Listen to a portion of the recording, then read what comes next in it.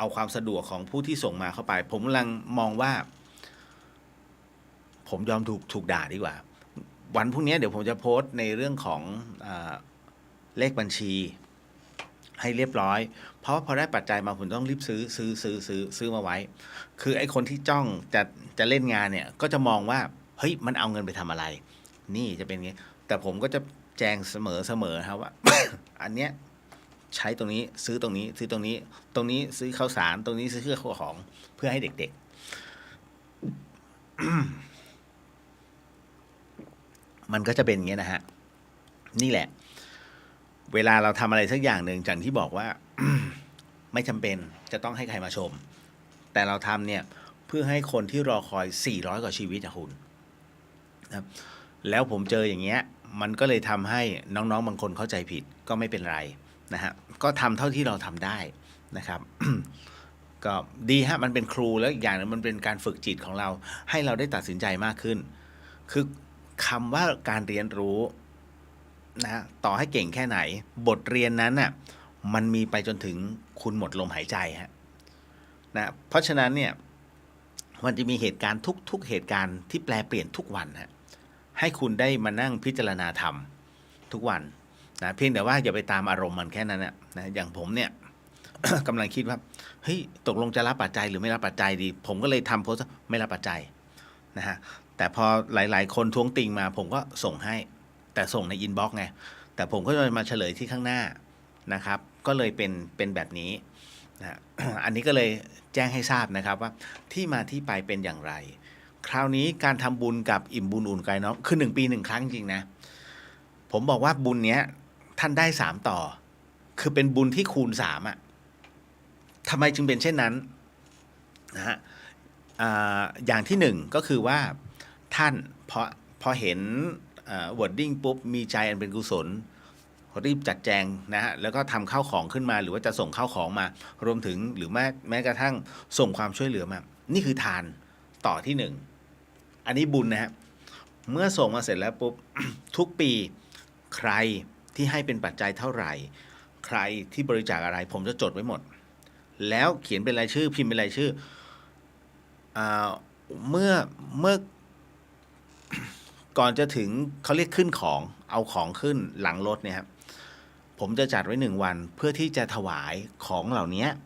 ให้เป็นพระสังฆทานพร้อมรายชื่อทั้งหมดเนี่ยให้กับพระอาจารย์ท่านเพราะฉะนั้นของทั้งหมดจึงต้องผ่านกระบวนการพระสังฆทานแล้วก็คณะสงฆ์ถูกไหมฮะบุญที่2เพราะตอนนี้ของที่คุณเนี่ยให้ผมมาเนี่ยค่าตัวมันคือ1แต่เมื่อให้กับสงฆ์ไปแล้วถวายแด่สงฆ์บวกค่าตัวสงฆ์ไปอีกค่าบุญของท่านนะฮะเห็นไหมมันไม่ได้เป็น1นะฮะมันไม่เป็น1 ต่อ 1หรือว่า1 ต่อ 100แต่ค่าตัวสงฆ์นะฮะแต่ละรูปนะฮะคูณไป100,000นะฮะอีก100,000 หน่วยดังนั้น บุญที่ท่านทำมาคูณไปหลังจากถวายเป็นพระสังฆทานเสร็จปุ๊บเนี่ยเนื่องจากว่าอันเนี้ยมันเป็นโครงการของสถานีวิทยุและคณะสงฆ์ของวัดฝายหินพระอาจารย์ท่านจะทำแบบนี้ฮะก็คือท่าน จะสละของนะฮะต้องสละนะฮะ และท่านก็จะบอกว่าเอาไปทำตามภารกิจให้ลุล่วงเมื่อท่านสละเสร็จปุ๊บของเหล่านั้นจึงเป็นของเขาเรียกฟรีแล้วฮะนะฮะฟรีไม่ใช่ของสะสมถูกไหมฮะเมื่อท่านสละของเหล่านั้นเสร็จปุ๊บจึงต้องเอามาพักไว้ก่อนเตรียมขึ้นรถอีกวันหนึ่งเมื่อของไปถึงจุดหมายนะฮะเมื่อของไปถึงจุดหมายผู้รับได้รับด้วยความอิ่มเอมเปรมใจยิ้มแฉ่งเลยคุณต้องเห็นหน้าเด็กๆยิ้มเขาสนุกเขาดีใจนะฮะว่ามีคนข้ามลำน้ำมาให้เขา30 ลำน้ำมีคนนะฮะอาจจะเป็นเรียกว่าโง่ๆกลุ่มหนึ่งอ่ะข้ามภูเขาไป50 ลูกเพื่อเอาไปให้พวกเขาอีก400 ชีวิตนะฮะความดีใจเนี่ยมันเต็มเปี่ยมนะฮะเราอาจจะแบบของแค่นี้คุณเห็นน่ะ ในเมืองเนี่ยมันเยอะจนไม่รู้จะเลือกอะไรมันมีให้เลือกแต่ในดอยไม่มีให้คุณเลือกครับดังนั้นอะไรไปเสร็จปุ๊บเขาดีใจหมดฮะ นะทั้งผู้ใหญ่ทั้งเด็กดังนั้น ตรงนี้ฮะเมื่อผู้รับให้ด้วยความยินดีคุณได้ทานบารมีเป็นครั้งที่สามต่อนะฮะผู้รับอิ่มเอมเปรมใจบวกค่าตัวของสงฆ์บวกทานที่คุณเริ่มต้นเห็นไหม3 ต่อทำแบบนี้มีที่ไหน คืออาจจะมีบ้างแต่น้อยผมรับประกันว่าภายใน15 ปีเนี่ยผมมาทำที่แรกนะฮะที่ถวายของเป็นพระสังฆทานหลวงพี่พระอาจารย์ภัสกรจะบอกเลยมึงอะฉลาด นะฮะเป็นการต่อยอดบุญก็ต้องเป็นอย่างนั้นฮะเป็นต้นนะครับอันเนี้ยถึงได้บอกว่าอิ่มบุญอุ่นกายน้อง1 ปี 1 ครั้งแค่นั้นนะครับไม่ได้อะไรเยอะมากมายนะก็ผมก็จำแนกไปว่าจะมีโคมไฟที่อยากได้นะฮะเพราะว่าผู้ชราที่อยู่ในมุมมืดนะเวลาหมอจะมาตรวจนะในยามค่ำคืนน่ะคุณใช่ไหมมอเตอร์ไซค์ตกเขาถ้าในภาพโปสเตอร์อ่ะอันนั้นคือครูนะฮะที่แบบต้องเข็นตอนที่ฝนตกไปไม่ได้เลยเด็กตายก็ตายเลยมันไปไม่ได้จริงๆฮะฟ้าปิดแต่ถ้าฟ้าเปิดฮอจะลงได้นะครับแล้วก็ ในส่วนของผู้ป่วยติดเตียงเนี่ยคือเขาก็ไม่มีแสงสว่างใช้แค่เทียนเล่มเดียวเนี่ยใช้เป็นอาทิตย์นะฮะคือประมาณว่าจุดเท่าที่พอจะจุดได้หมายถึงว่าให้แสงสว่างเล่มเดียวนะฮะคุณภาพชีวิตใช้คำว่ารายได้ประชากรต่อปีผมย้ำนะฮะต่อปี 8,000 บาทดีไม่ดีไม่ถึงดีไม่ดี 5,000 ต่อปีนะฮะยากจนฮะเพราะว่ามันอยู่ในดอยคุณไม่รู้จะเอาอะไรได้จากตรงไหนไงนะทั้งหมดเป็นการรับจ้างซึ่งกันและกันนะฮะหรือแลกเปลี่ยนสิ่งของซึ่งกันและกันในการกินแค่นั้นฮะเพราะว่ามันถูกปิดกั้นด้วยลำน้ำแล้วจากนั้นเนี่ยมีอะไรอีก ก็พอดีทางวัดฝายหินต้องการแทงน้ำนะฮะผมก็บอกไว้ว่าอยากได้แทงน้ำขนาด 2,000 ลิตรเพื่ออะไรเพื่อทุกครั้งวัดฝายหินนะฮะเนี่ยหลังมชเลยทุกครั้งที่มีผู้มาปฏิบัติธรรมหรือผู้ที่มาทำบุญนะฮะน้ำมันไม่พอนะฮะทุกครั้งไปนะฮะพอมีกิจการของคณะสงฆ์เกิดขึ้นเมื่อน้ำไม่พอเนี่ยมันก็เลยทำให้อะไรหลายอย่างมันสะดุดใครที่อยากร่วมบุญแทงน้ำสามารถเดี๋ยวค่อยๆเปิดทีละอันฮะแต่มันจะเยอะหน่อยนะต้องบอกก่อนฮะเอาตามกำลัง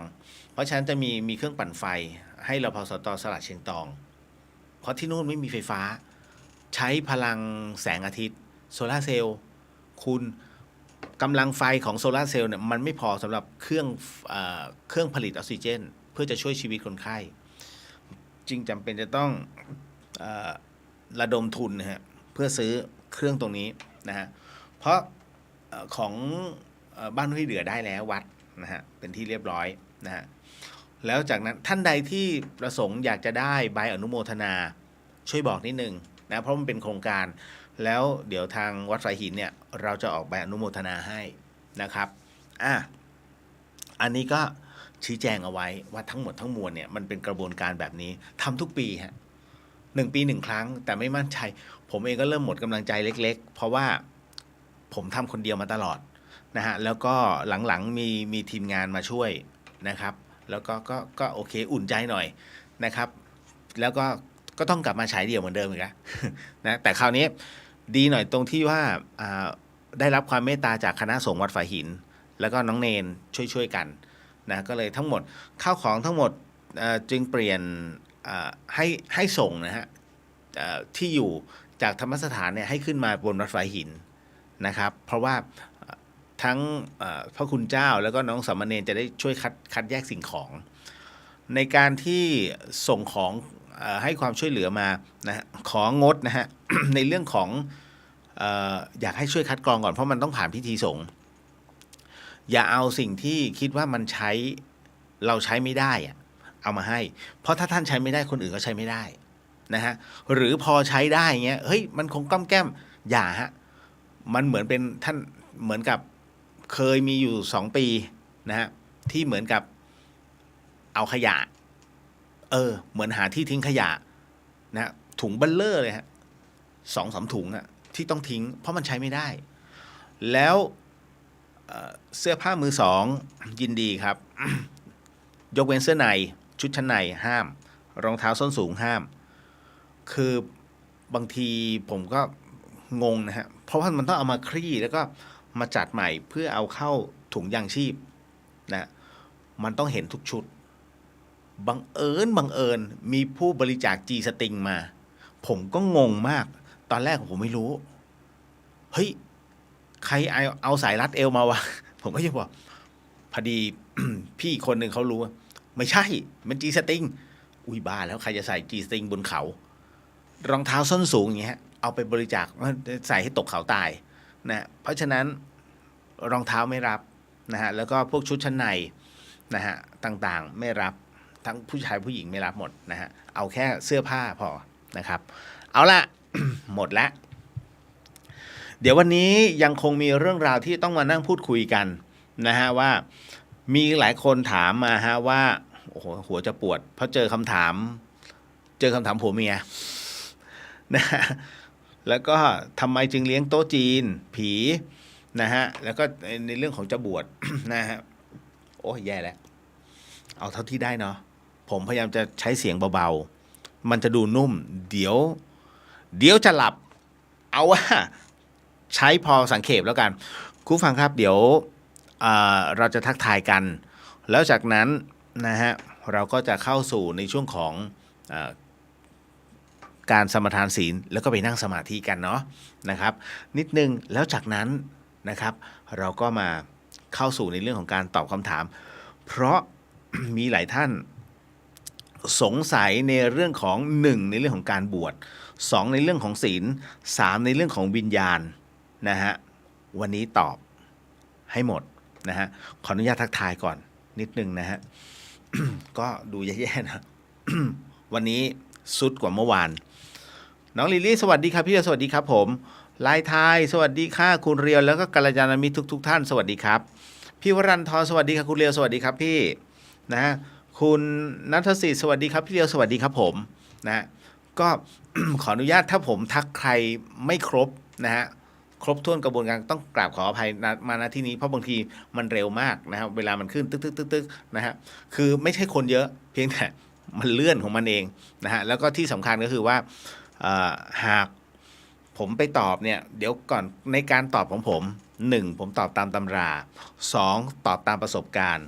3การตอบของผมเป็นเรื่องราวที่มีบันทึกเอาไว้เพราะนั้น สิ่งหนึ่งสิ่งใดที่หากตอบออกไปแล้วไม่ถูกใจท่านขอโหสิมาณที่นี้นะครับนะฮะก็เลยต้องบอกไว้ก่อนนะฮะคุณจันยาสวัสดีค่ะคุณเรียวสวัสดีครับผมนะฮะน้องสาวินีสวัสดีค่ะสวัสดีครับนะฮะคุณจันยาบอกว่าคุณเรียวตั้งใจจริงทำเพื่อน้องๆได้อิ่มในภาวะแบบนี้ข้าวยากหมากแพงขอให้คุณเรียวให้ทำแบบโอนเงินค่ะเพราะค่าขนส่งของเนี่ยได้นำมาทำบุญดีกว่าค่ะรวมค่าส่งของหลายๆคนก็เป็นเงินเยอะใช่ครับตรงนี้แหละที่ผมเครียดมากเพราะหลายๆท่านเนี่ยคือผมโดนกับตัวไงผมถึงได้อึ้งเลยโอ้โหแล้วที่เขาส่งมา10 กล่อง20 กล่องเนี้ยมีนะฮะมีฮะ หลายๆท่านผมก็ไม่รู้จะทำยังไงนะฮะโอ้โหมานั่งนึกเฮ้ยเขาก็เสียเยอะอะเรารู้สึกว่าคือบางทีเราก็นั่งถอนหายใจหลายๆเฮือกนะฮะคราวนี้เข้าใจหรือยังฮะว่าทำไมพระอาจารย์ภัสกรจึงว่าผมไอ้โพธิสัตว์พูดอย่างนี้เลยนะฮะก็คือเพราะว่าเราเห็นใจทุกคนแล้วเราก็อยากเอาของไปให้ถึงทุกคนเช่นกันพร้อมกันนั้นไม่ให้เสียเปล่าเราก็อยากเติมบุญให้กับทุกท่านที่เขาส่งมาเนี่ยฮะเรื่องของเรื่องนะอันนี้คุณนะสวัสดีค่ะคุณเรียวสวัสดีครับผมนะฮะแล้วก็ตามมาด้วย นิดนึงเดี๋ยววันนี้ยังมีคุณผู้ฟังหลายๆท่านถามมาฮะในเรื่องของสมาธิคุณเคยเป็นไหมฮะเข้าสมาธิทีไรภาพคนรักมันปรากฏแล้วก็ถามว่ามันจะลบยังไงนะบ๊อบฮัลโหลสวัสดีจ้ะบ๊อบนะฮะทานินกันเลยทีเดียวเอารูปคนเสียชีวิตมาขึ้นทำไมข้างหลังใช่ไหมผู้เสียชีวิตไปบอกมันเลยฮะ เพื่อนผมมีคนหนึ่งก็ทำงานกระป๋องก่อนนะเมื่อก่อนนี้คุณเมธาศิสวัสดีครับพี่เลียวสวัสดีครับผม นะคุณจินชาสวัสดีค่ะคุณเรียววันนี้คง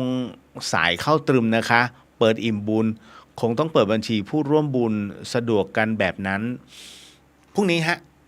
เดี๋ยวผมจะแก้บทด้านบน แต่คงไม่ได้แก้โปสเตอร์จริงๆก็ไม่อยากนะแต่ไม่เป็นไรทำก็คือต้องทำนะฮะแล้วเดี๋ยวทำบัญชีให้ชัดเจนนะนำเสนอออกไปนะฮะแล้วก็กราบขอบพระคุณหลวงปู่บุตรดาสู่พระนิพพานเจ้าค่ะนะฮะโมทนาสาธุนะครับคุณพี่สุวรรณยาสวัสดีค่ะสวัสดีครับพี่นะฮะคุณปริญญาสวัสดีครับพี่เลียวสวัสดีครับ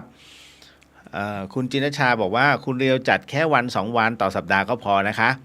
เช่นจันทร์แล้วก็พักไปวันศุกร์โหน่าจะพอช่วยเส้นเสียงได้หรือไม่ก็ลดช่วงเวลา1ชั่วโมงเพราะ2ชั่วโมงก็จะอาจจะยาวไปไม่เป็นไรครับเพียงแต่ว่าเราจะรู้ว่าตอนไหนไหวไม่ไหวพระอาจารย์ก็จะทราบเพราะผมจะเรียนท่านเป็นระยะว่าพระอาจารย์ตอนนี้ผมอาการไม่ค่อยดีท่านก็พักก่อนนะฮะ ต่อมาคุณปาล์มเห็นด้วยนะฮะ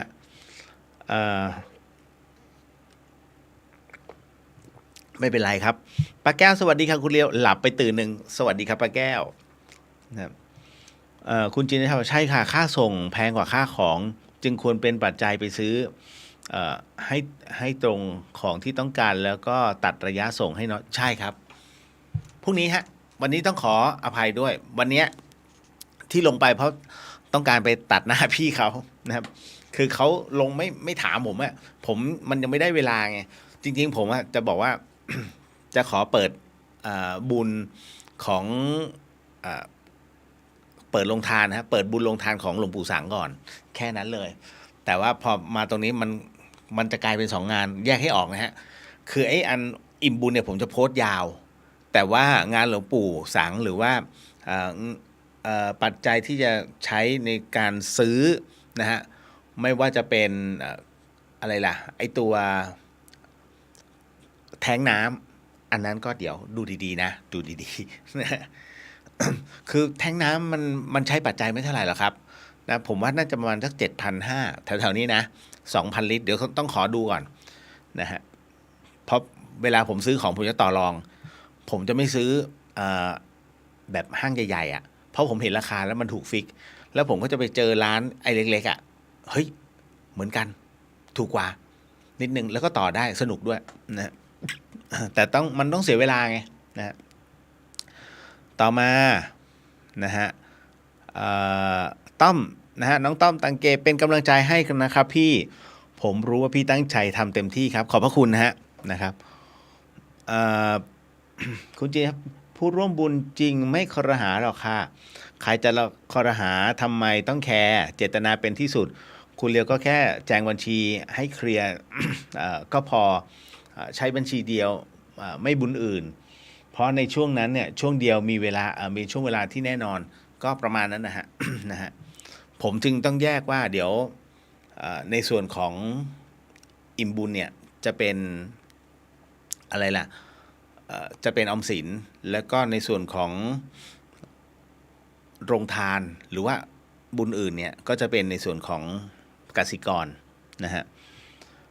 ป้าแก้วเป็นสะพานบุญทั้งทีป้าแก้วเชื่อว่าแฟนรายการทุกคนปลื้มปิติแล้วก็เต็มใจร่วมบุญนะฮะ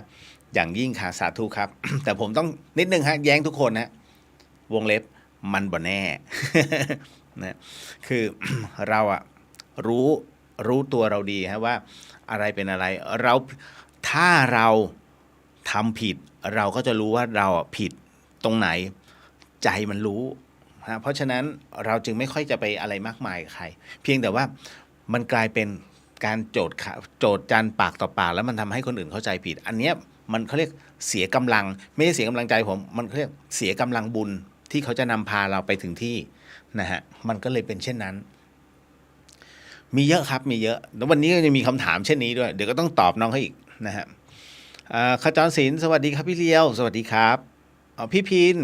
สวัสดีค่ะสวัสดีครับพี่นะฮะต่อมาพี่นพบอกว่า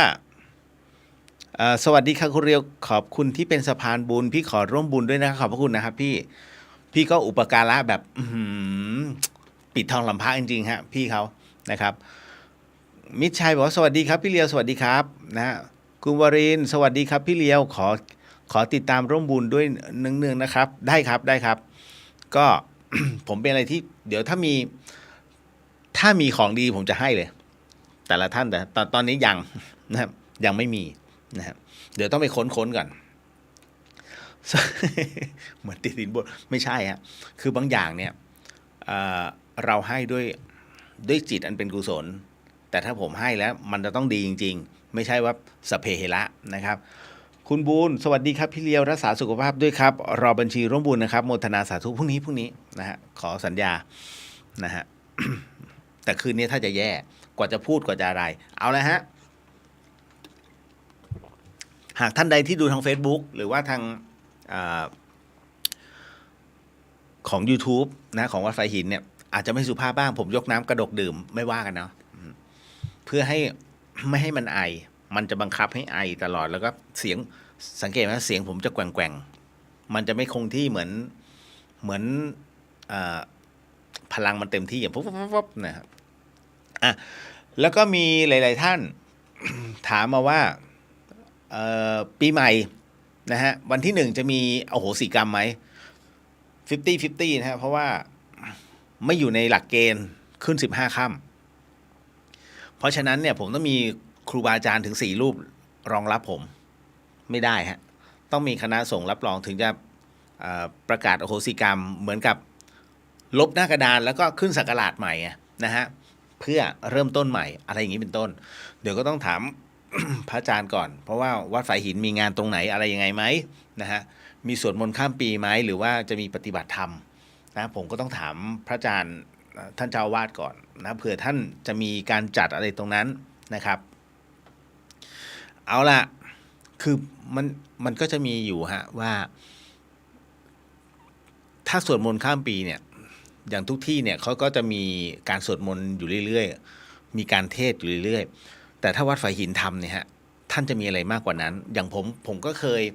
นำเอาพระมสารีริกธาตุเนี่ยแจกจ่ายให้กับชาวพุทธได้ไปบูชากันนะฮะก็เดี๋ยวขอดูก่อนฮะขอปรึกษาครูบาอาจารย์ไม่ได้เตรียมตัวไม่ได้เตรียมอะไรเลยนะฮะเพียงแต่ว่าพอดีวันนี้มีพี่ๆหลายท่านนะสอบถามเข้ามาในเรื่องของการทำอโหสิกรรมคืนปีใหม่ผมก็ลืมไปแล้วเพราะว่าปีที่แล้วอยู่ยุบพุทธก็ไม่ได้ทำอะไรเขาเปิดเทปหลวงพี่แต่ผมก็มานั่งเช็คกำลังไม่พอ หมายถึงว่าเทปท่านนะกับคนที่อยู่ในห้องเป็นร้อยอ่ะพระอาจารย์กระเชงก็นั่งอยู่ผมก็นั่งเช็คพระอาจารย์ก็ไปถามเป็นไงวะมันไม่มีกำลังหลวงพี่นั่นแหละก็เลยบอกไปแต่ปีนี้ก็มันก็ยังคงไม่รู้นะฮะเดี๋ยวต้องดูก่อนแต่ว่าผมก็อยู่ที่วัดฝายหินแน่ๆไม่ได้ไปไหนเอาละมาเดี๋ยวขออนุญาตนะฮะขออนุญาตเข้าสู่ในช่วงของการ นำสมทานศีลนะฮะแล้วหลังจากนั้นก็เราไปเข้าสมาธิกันนะสัก3 นาทีนะวันนี้เป็นเรื่องราวของหลวงปู่ขาวอาจจะไม่หมดหรอกครับเพราะยาวมากนะครับก็ค่อยๆพร้อมนะฮะ เดี๋ยวผมอนุญาตเป็นตัวแทนฮะท่านใดที่ไม่สามารถกล่าวหรือว่าเอ่ยทันให้น้อมจิตตามนะครับ พุทโธธัมโมสังโฆศีลข้อ 1ไม่ฆ่าสัตว์ศีลข้อ 2ไม่ลักทรัพย์ศีลข้อ 3ไม่ประพฤติผิดในกามศีลข้อ 4ไม่พูดเท็จศีลข้อ 5ไม่ดื่มสุราและของมึนเมาบัดนี้ข้าพเจ้าตั้งใจรักษาศีลแล้วบัดนี้ข้าพเจ้าคือผู้มีศีลข้าพเจ้าผู้มีศีลละอายต่อการทำความชั่วกลัวต่อผลของบาปกรรมข้าพเจ้าผู้มีศีลมีใจเป็นมนุษย์มีใจเป็นเทวดามีหิริโอตปะเป็นมนุษย์เทโวเข้าถึงความเป็นสหายกับเราเทวดาทั้งหลายณบัดนี้ข้าพเจ้าทั้งหลายขออดโทษลดกรรม ที่ข้าพเจ้าประมาทพลาดพลั้งในช่วงวันนี้ลงในฉับพลันและขอให้กรรมดีที่ข้าพเจ้าหรือเหล่ากัลยาณมิตรได้ทำไว้นั้นขอจงมาแทรกส่งผลบุญนี้ให้ข้าพเจ้าได้มีความสุขและประสบผลสำเร็จตลอดไปเทินสาธุสาธุสาธุอนุโมทามินะฮะเอาละฮะเดี๋ยวขออนุญาตขอเวลา3นาทีในเรื่องของการนั่งสมาธิเข้าสมาธิกันนะครับถ้าตอนนี้เป็นเวลา 23:45 นาทีนะครับท่านใดที่ถนัดในเรื่องของการนั่งสมาธิแบบไหนนะฮะก็สามารถทำได้ตามที่ตัวเองถนัดส่วนน้องๆ นะที่รับฟังอยู่นะฮะแล้วก็ยังไม่เคยนั่งสมาธิเลยนะให้น้องจำไว้อย่างหนึ่งว่าลมหายใจ ลมหายใจเป็นโจรนะฮะลมหายใจตอนเข้าและออกเป็นโจรแต่สติน้องคือตำรวจนะครับสติให้ตามลมหายใจเข้าไปเมื่อลมหายใจผ่านเข้าไปทางช่องจมูกเอาแค่ช่องก่อนนะฮะจะไปถึงไหนปล่อยมันก่อนนะฮะเมื่อเข้าไปเสร็จปุ๊บตำรวจต้องตามไปดูมันทำอะไรหรือเปล่าวะและพอโจรมันออกมาจากช่องจมูกเราก็ต้องตามเข้าออกเข้าออกเข้าออกไม่ต้องภาวนาก็ได้หรืออยากจะภาวนาเข้าไปก็พุทออกไปก็โทก็แล้วแต่นะฮะเพราะฉะนั้นเดี๋ยวหลังจากณตรงนี้เป็นต้นไปนะครับก็เดี๋ยวจะมีช่วงหนึ่งที่พี่เลียวอาจจะให้อาจจะต้องมานั่งบอกน้องๆเพราะมีหลายๆท่านขอไว้ว่าช่วยสอนตั้งแต่เริ่มต้นหน่อยนะครับในเรื่องของการนั่งสมาธิเอาละฮะก็เดี๋ยวจะดำเนินการให้นะตรงนั้นนิดนึงนะฮะอันนี้น้องเบนสวัสดีค่ะนะครับพอดีจอนี้มันดับเอาละเริ่มนะครับ ตอนนี้เป็นเวลา 23:46 นาที3นาทีนับไปออกตรง49นะค่อยๆหลับตาลงครับหลับตาลงนะฮะขออนุญาตเป็นผู้ที่นำกรรมฐานนะฮะอันเนื่องมาจากว่าเป็นการออกอากาศทางสถานีวิทยุไม่สามารถจะให้เดดแอร์ได้นะครับเพราะเรื่องราวที่ผมกำลังจะกล่าวในเรื่องนี้เป็นเรื่องของบุพกรรมที่ทำให้สัตว์โลกนั้นแตกต่างกันวัฏฏะสงสารนั้นหมายถึงการเวียนว่ายตายเกิดอยู่ในภพภูมิต่างๆของสัตว์โลกด้วยอำนาจของกิเลสกรรมและวิบากหมุนวนไปตามภพภูมิต่างๆ31ภูมิแบ่งเป็น 1. โลกเบื้องต่ำ4ภูมิได้แก่ นรกเปรตอสุรกายและสัตว์เดรัจฉาน 2. โลกเบื้องกว้าง7ภูมิได้แก่ มนุษยโลก1และเทวโลก6 3. โลกเบื้องสูง20ภูมิได้แก่ รูปภพ16อรูปภพ4ในอันดับแรกจะนำสิ่งที่ใกล้ตัวที่สุดมานำเสนอก่อนนั่นก็คือมนุษย์โลกสัตว์ที่มาจากการเกิดในโลกมนุษย์นั้นมี4จำพวกคือผู้มืดมาแล้วมืดไปเป็นบุคคลที่เกิดในตระกูลต่ำยากจนขัดสนลำบากฝืดเคืองอย่างมากในการหาเลี้ยงชีพมีปัจจัย4อย่างหยาบเช่นอาหารน้อยเครื่องนุ่งห่มเก่าร่างกายมอซอหม่นหมองหรือเกิดมาพิการหูหนวกตาบอดอัตคัดในเรื่องที่อยู่อาศัยเช่นอยู่ในสลัมเมื่อเกิดมาในสภาพนั้นแล้วกลับประพฤติผิดศีลธรรมเมื่อตายย่อมเข้าถึงแดนอบายภูมิมีนรกเปรตอสุรกายและสัตว์เดรัจฉานเป็นต้นพวกที่2ผู้มืดมา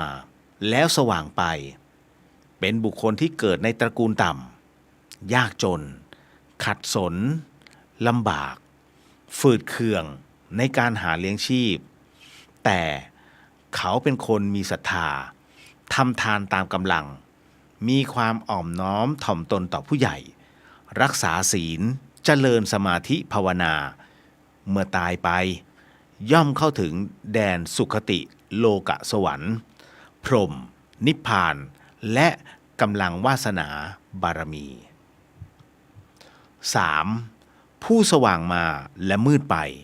เป็นบุคคลที่เกิดในตระกูลสูงเป็นคนมีฐานะร่ำรวยมีโภคทรัพย์สมบัติมากมีรูปร่างหน้าตาดีแต่กลับเป็นคนที่ไม่มีศรัทธาตระหนี่ไม่มีความเอื้อเฟื้อมีใจหยาบช้ามักโกรธผิดศีลธรรมผิดธรรมเมื่อตายไปย่อมเข้าถึงทุกขติอบายภูมิมีนรกเปรตอสุรกายและสัตว์เดรัจฉานเป็นต้น 4. ผู้สว่างมาและสว่างไปเป็นบุคคลที่เกิดในตระกูลสูงมีฐานะร่ำรวยมีโภคสมบัติมากมีรูปร่างหน้าตาดีมีศรัทธาเลื่อมใสในพระศาสนามีจิตเมตตากรุณาชอบทำทานรักษาศีลเจริญภาวนาเมื่อตายไปย่อมเข้าถึงสุคติโลกสวรรค์พรหมนิพพานตามกำลังวาสนาบารมีเอาละครับก็ค่อยๆถอนกรรมฐานนะฮะค่อยๆถอนสมาธิโดยการค่อยๆลืมตาค่อยๆลืมตาครับนะฮะโมทนาสาธุนะครับวันนี้นำในเรื่องของบุพกรรมของแต่ละสัตว์โลกนะฮะเอามาพูดคุยนะฮะเป็นการนำกรรมฐานอันนี้เป็นโดยหลวงปู่ขาวอนารโยแต่ยังมีต่อนะฮะยังมีต่อนะครับเอาละครับก็เรามีกำลังในเรื่องของการนั่งสมาธิเรามีกำลังในการรวมจิตเป็นที่เรียบร้อยมาเข้าสู่ในเรื่องราวของการตอบคำถามฮะเพราะว่าหลายๆท่านก็ถามกันเข้ามานะโดยเฉพาะยิ่งผมเอาเรื่องราวของเมื่อกี้เลยแล้วกันคือมีผู้ถามว่านั่งสมาธิแล้วภาพแฟนเก่านะฮะจริงๆเขาเขียนแรงกว่านี้นะนั่งสมาธิแล้วผัวพี่ พูดอย่างนี้นะฮะโอ้หัวจะปวด นะฮะเอาตามนี้เลยนะ ทำขออภัยฮะเอาละ ทำไมเวลานั่งสมาธิหน้าผัวพี่จึงโผล่มาตลอด นะฮะผมก็เลยไปกล่าวใหม่ว่าทำไมเวลานั่งสมาธิหน้าคนรักนะจึงผุดขึ้นมาตลอดเวลานะจะทำอย่างไรนะฮะเพื่อให้ภาพนั้นหลุดไปต้องมีที่มาที่ไปก่อนนะฮะคนเราเนี่ยเมื่อมีความรักนะฮะเขาเรียกว่าเผชิญโลก นะฮะเรารับรู้นะครับเรื่องราวของการเผชิญโลกคนที่เรียกว่าใฝ่เข้ามาในธรรมเนี่ยจะมีด้วยกัน2ประเภทแรกคือบุญเก่าคือเขานำพาบุญที่2คือนะฮะเจอเรื่องราวหนักๆนะฮะในชีวิตมันทุกข์มากจึงต้องหาสิ่งที่จะลงนะแล้วก็นำทางของเขาเนี่ยให้มาสู่อีก1จุดผ่านพ้นไปโดยใจนั้นมีความสบายเกิดขึ้นเพราะฉะนั้นเรื่องราวตรงนี้ฮะถึงได้บอกว่าอาจจะต้องแยกออกไปกรณีตรงนี้นะฮะในเรื่องของสัตว์โลกนะฮะการที่เรามีความรักนะมีความโลภมีความโกรธมีความหลงแน่นอนที่สุดทั้งหมดทั้งมวลเนี่ยมันคือตัวดีเลยนะตัวขัดขวางนะในเรื่องของการปฏิบัติธรรมแน่นอนที่สุดครับเราเอาแค่ความรักก่อนคนเรานั้นมันมีความรักเกิดขึ้นทุกเพศทุกวัยทุกอนูของความรู้สึกนั้นเนี่ยเราจะไม่พูดถึงความรักฉันเพื่อนแต่เราพูดถึงความรักที่มันทำให้ใจนั้นไปเกาะนะครับเพราะอะไรก็เพราะว่าความผูกพันการเคยใช้ชีวิตด้วยกันมานะฮะ เพราะมันอยู่ด้วยกันมันความผูกพันมันเกิดขึ้นนะฮะวันหนึ่งระหว่างคนรักกับธรรมะคุณอยู่กับใครมากกว่าถ้าไม่เอาตอนนี้นะถ้าตอนเนี้ยพี่รู้ใช่ไหมฮะว่าพี่ทุกข์ขนาดไหนถูกต้องฮะ แต่ถ้าย้อนกลับไปผมย้อนกลับไปสัก4 ปีที่แล้ว เพราะตอนนั้นพี่ยังอยู่ด้วยกันไงนะฮะมันมีความผูกพันกันทุกข์ก็ทุกข์ด้วยกันสุขก็สุขด้วยกันแต่ท้ายที่สุดแล้ววันหนึ่งเนี่ยพอมันเจอเหตุการณ์บางอย่างเกิดขึ้นนะฮะแค่พี่หลับตาลงนั่งสมาธิภาพของเขามาปรากฏเพราะมันผูกพันซึ่งกันและกันมันคือความรู้สึกฮะเพราะฉะนั้นตัวนี้จะตัดได้ไงตัดได้แต่ต้องอาศัยเวลาตัดได้ฮะนะฮะ คือคนเราเนี่ยพอเวลามันมีใจให้กันยังไงก็ตามสมมุตินะวันนี้ที่มีผู้มาฟังอยู่เนี่ยคุณเป็นคนที่มีความรักถามว่าถ้าตอนนี้คุณมาฟังผมอะนะฮะคุณยังห้ามไม่ให้ภาพคุณหน้าคนรักคุณลอยมาได้ไม่ได้ยากมากนะแต่เราสามารถทำได้ฮะทำไงฮะภาวนาคุณต้องภาวนาอย่างเดียวเลยครับภาวนาเพื่อเป็นสมาธิ นะฮะมันจะตัดทั้งหมดทั้งมวลเพราะจิตมันจะไม่วอกแวกแล้วภาพใบหน้าจะไม่ขึ้นในสมาธิมันจะมายึดติดกับปากที่เราภาวนาการภาวนาคือสมาธิเคลื่อนไหวเสียงที่เราเปล่งออกไปหรือว่าตาที่เราจ้องมองบทคาถาทั้งหมดทั้งมวลเนี่ยท่องไปในบทสวดมนต์เนี่ยฮะจิตมันจดจ่ออยู่ตรงนั้นคุณจะไม่มีเวลาไปคิดถึงภาพตรงนั้นถ้าจะต้องมานั่งสมาธิแล้วกำลังท่านไม่พอยังไงก็คิดถึงภาพเขาจะมาปรากฏทันทีฮะในมโนสำนึกขึ้นทันทีแล้วบางทีมาไม่มามือเปล่ามาแบบอื่นด้วยเขาเรียกว่ามารผจญนะฮะมันจะมาในรูปแบบทั้งหมดทั้งมวลเลยฮะนะฮะในเรื่องของกิเลสในเรื่องของสิ่งเย้ายวนล่อใจทั้งหมดทั้งมวลที่คุณเคยได้รับมันจะมาหมดช่วงเวลาที่ดีเขาเคยมอบแหวนให้นะฮะพาไปกินข้าวพาไปดูหนังนี่มันมาหมดมันคือค่าศึกนี่คือมารฮะภาพที่เหล่ามานั้นแปลงมาเพื่อไม่ให้คุณน่ะนะฮะเข้ามาสู่ตรงนี้ได้เพราะอย่าลืมนะฮะวงการธรรมะต้องใช้อย่างนี้ฮะเขาจะมีวงการบันเทิงวงการธรรมะถ้าคุณหลุดเข้ามาคุณออกยากเพราะถ้าคุณรู้ลึกลงไปบางอย่างเนี่ยฮะคุณจะรู้ว่าเฮ้ยทำไมมันมีซอกซอยเยอะจังเราลองเข้าซอยนี้เฮ้ยซอยนี้เขามีพลังพิเศษไปอีกหน่อยเฮ้ยซอยนี้เขารับรู้เรื่องราวต่างๆไปอีกซอยนึงเฮ้ยไม่น่าเชื่อว่าทำไมจิตของเรามันสบายแบบนี้มันจะมีเป็นซอกซอยฮะนะฮะเพราะฉะนั้นบอกแล้ววงการธรรมะอย่าเข้ามาคือคนที่บอกว่าเรื่องราวของศาสนาเนี่ยเป็นเรื่องงมงายเขาไม่เคยเข้าเขาไม่เคยลองเขาไม่กล้าทดลองและเขาใช้คำเดียวว่าเสียเวลาไม่เสียเลยนะฮะถ้าลองได้เข้ามาเหมือนผมอะเข้ามาวงการธรรมะแล้วถอนไม่ขึ้น นะเพราะฉะนั้นใช้การสวดมนต์นะฮะใช้การภาวนาเนี่ยช่วยนะฮะในเรื่องของไม่ให้ภาพคนรักมาปรากฏเมื่อเพ่งแล้วท่องแล้วทั้งหมดทั้งมวลจะหยุดได้ คุณภาวนาไปนะฮะจนเหนื่อยแล้วพอตื่นขึ้นมานะฮะภาวนาอีกทำแบบนี้จนภาพนั้นละลาย อาจารย์ไม่ชีเพียงเดือนนะฮะต้องบอกนิดนึงฮะขออนุญาตอาจารย์แม่ชีเพียงเดือนธนสารพิพิธนะฮะซึ่ง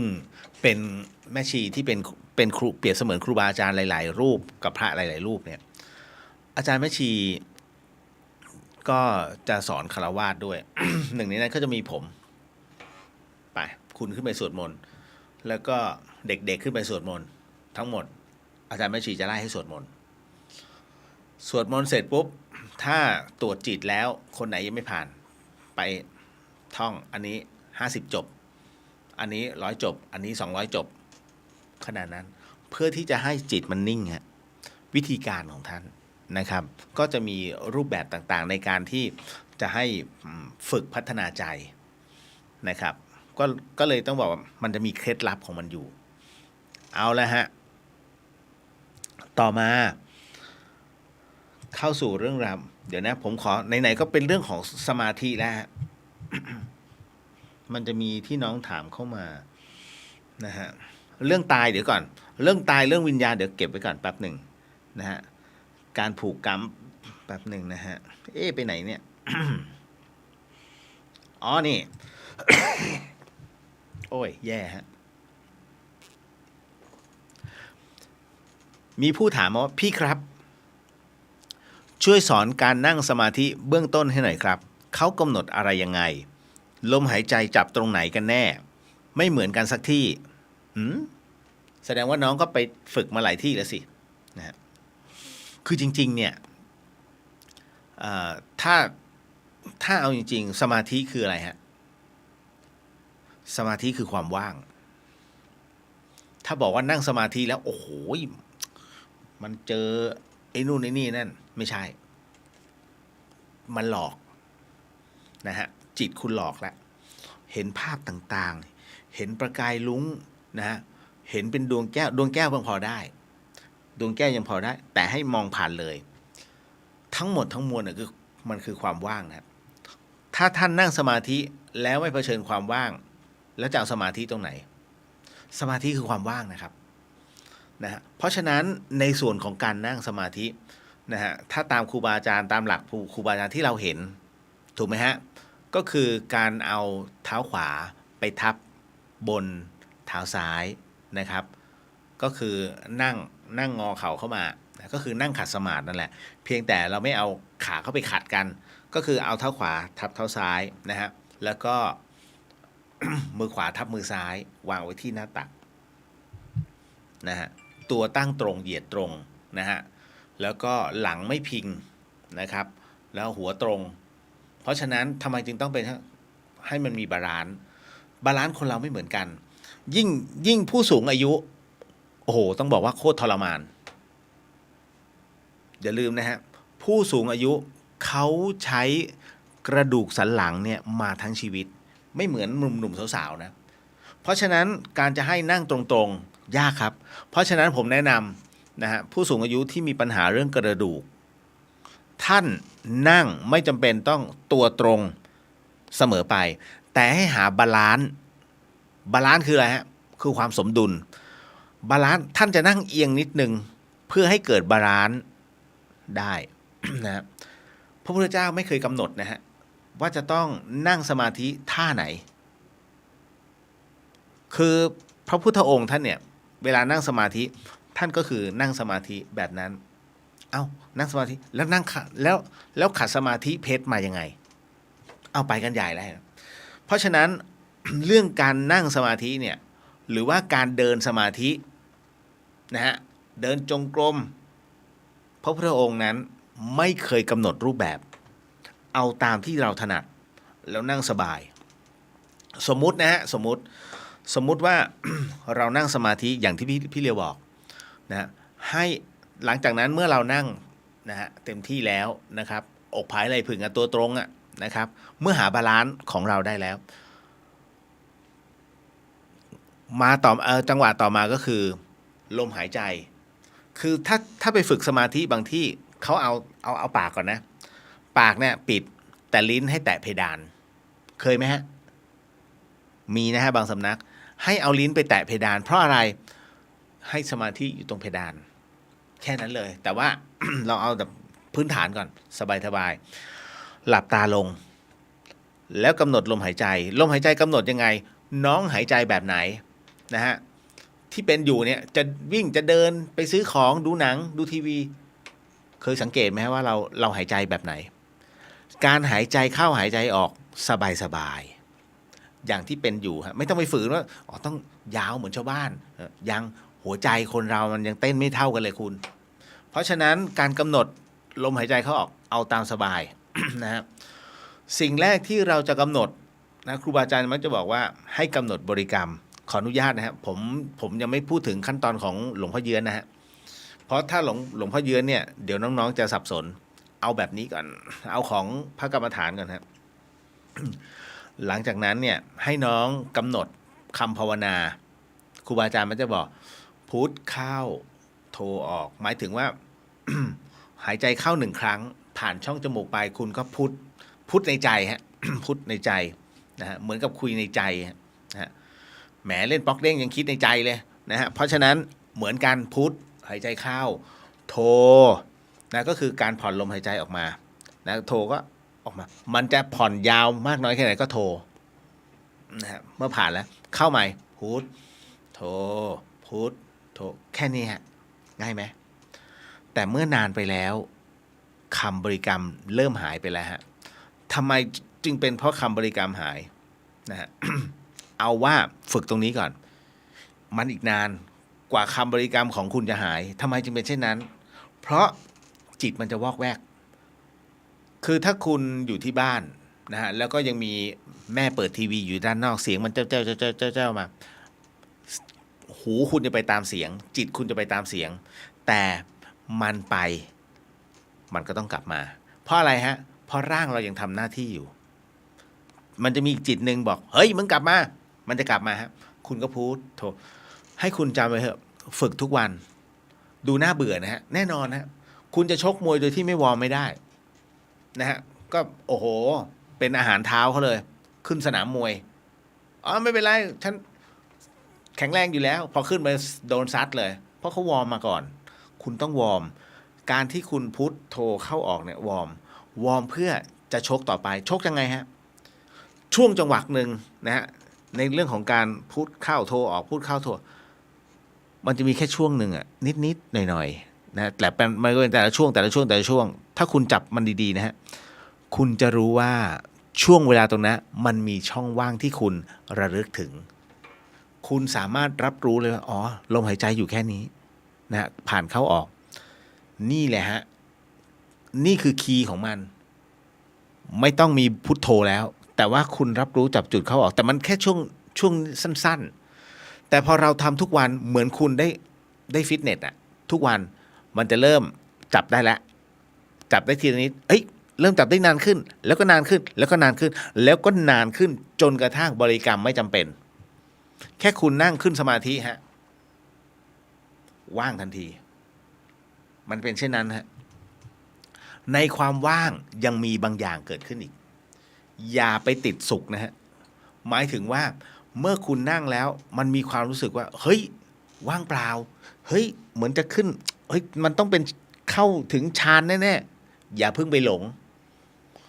บางท่านบุญเก่าถึงไม่มีปัญหาแต่บางท่านเนี่ยหลงนะฮะหลงจน จนไปซึมซับมันแล้วไม่ได้อะไรเลยเขาเรียกสมาธิหัวต่อไม้เนี่ยนั่งนิ่งๆเหมือนซึมซับแต่มันไม่ได้เลยนะฮะ คือให้รับรู้เรื่องราวนะทั้งหมดทั้งมวลจนกระทั่งมันว่างนะฮะลองดูก่อนน้องเอาแค่นี้ก่อนนะฮะผมก็เริ่มแบบนั้นนะครับ แล้วก็ ยังคงต้องฝึกต่อเพราะสมาธิไม่มีวันสิ้นสุดหรอกครับผมไม่ได้เก่งนะฮะเพียงแต่ว่ารับรู้ว่าเราได้แค่ไหนก็ต้องแค่นั้นที่เหลืออย่างครูบาอาจารย์ท่านมาแก้จิตให้ท่านผ่านมาหมดแล้วนะฮะอย่างพระอาจารย์กเชนน่ะถ้าคุณมีปัญหาคุณถามพระอาจารย์ท่านเต็มใจตอบอย่าลืมนะว่าเวลาคุยกับครูบาอาจารย์คุณอย่าไปถามเรื่องราวสเปเหระพระอาจารย์สบายดีไหมเอาแน่นอนสบายดีไม่สบายกูไม่มาตอบหรอกถูกไหมให้ท่านคุยเกี่ยวกับ1ธรรมะ2ในเรื่องสมาธิครูบาอาจารย์ทุกรูปฮะท่านจะเคารพธรรมพระพุทธเจ้าพร้อมที่จะสอนนะพร้อมที่จะเผยแผ่พระพุทธศาสนาดังนั้นคุยได้เลยฮะอย่าบอกโอ้โหหลวงพ่อรูปนี้ท่านลูกศิษย์ลูกหาเป็นหมื่นไม่กล้าคุยไม่กล้าคุยก็โง่อยู่งั้นน่ะผมคุยเลยแล้วจะโดนใครมาด่าทีหลังไม่มีปัญหาก็สงสัยในเมื่อหลวงพ่อท่านผ่านแล้วฉันขอถามฉันไม่ถามแกประมาณนี้เราต้องถามฮะเพราะว่าเวลาเราไปกราบครูบาอาจารย์ที่เป็นพระสุปฏิปันโนเราขอ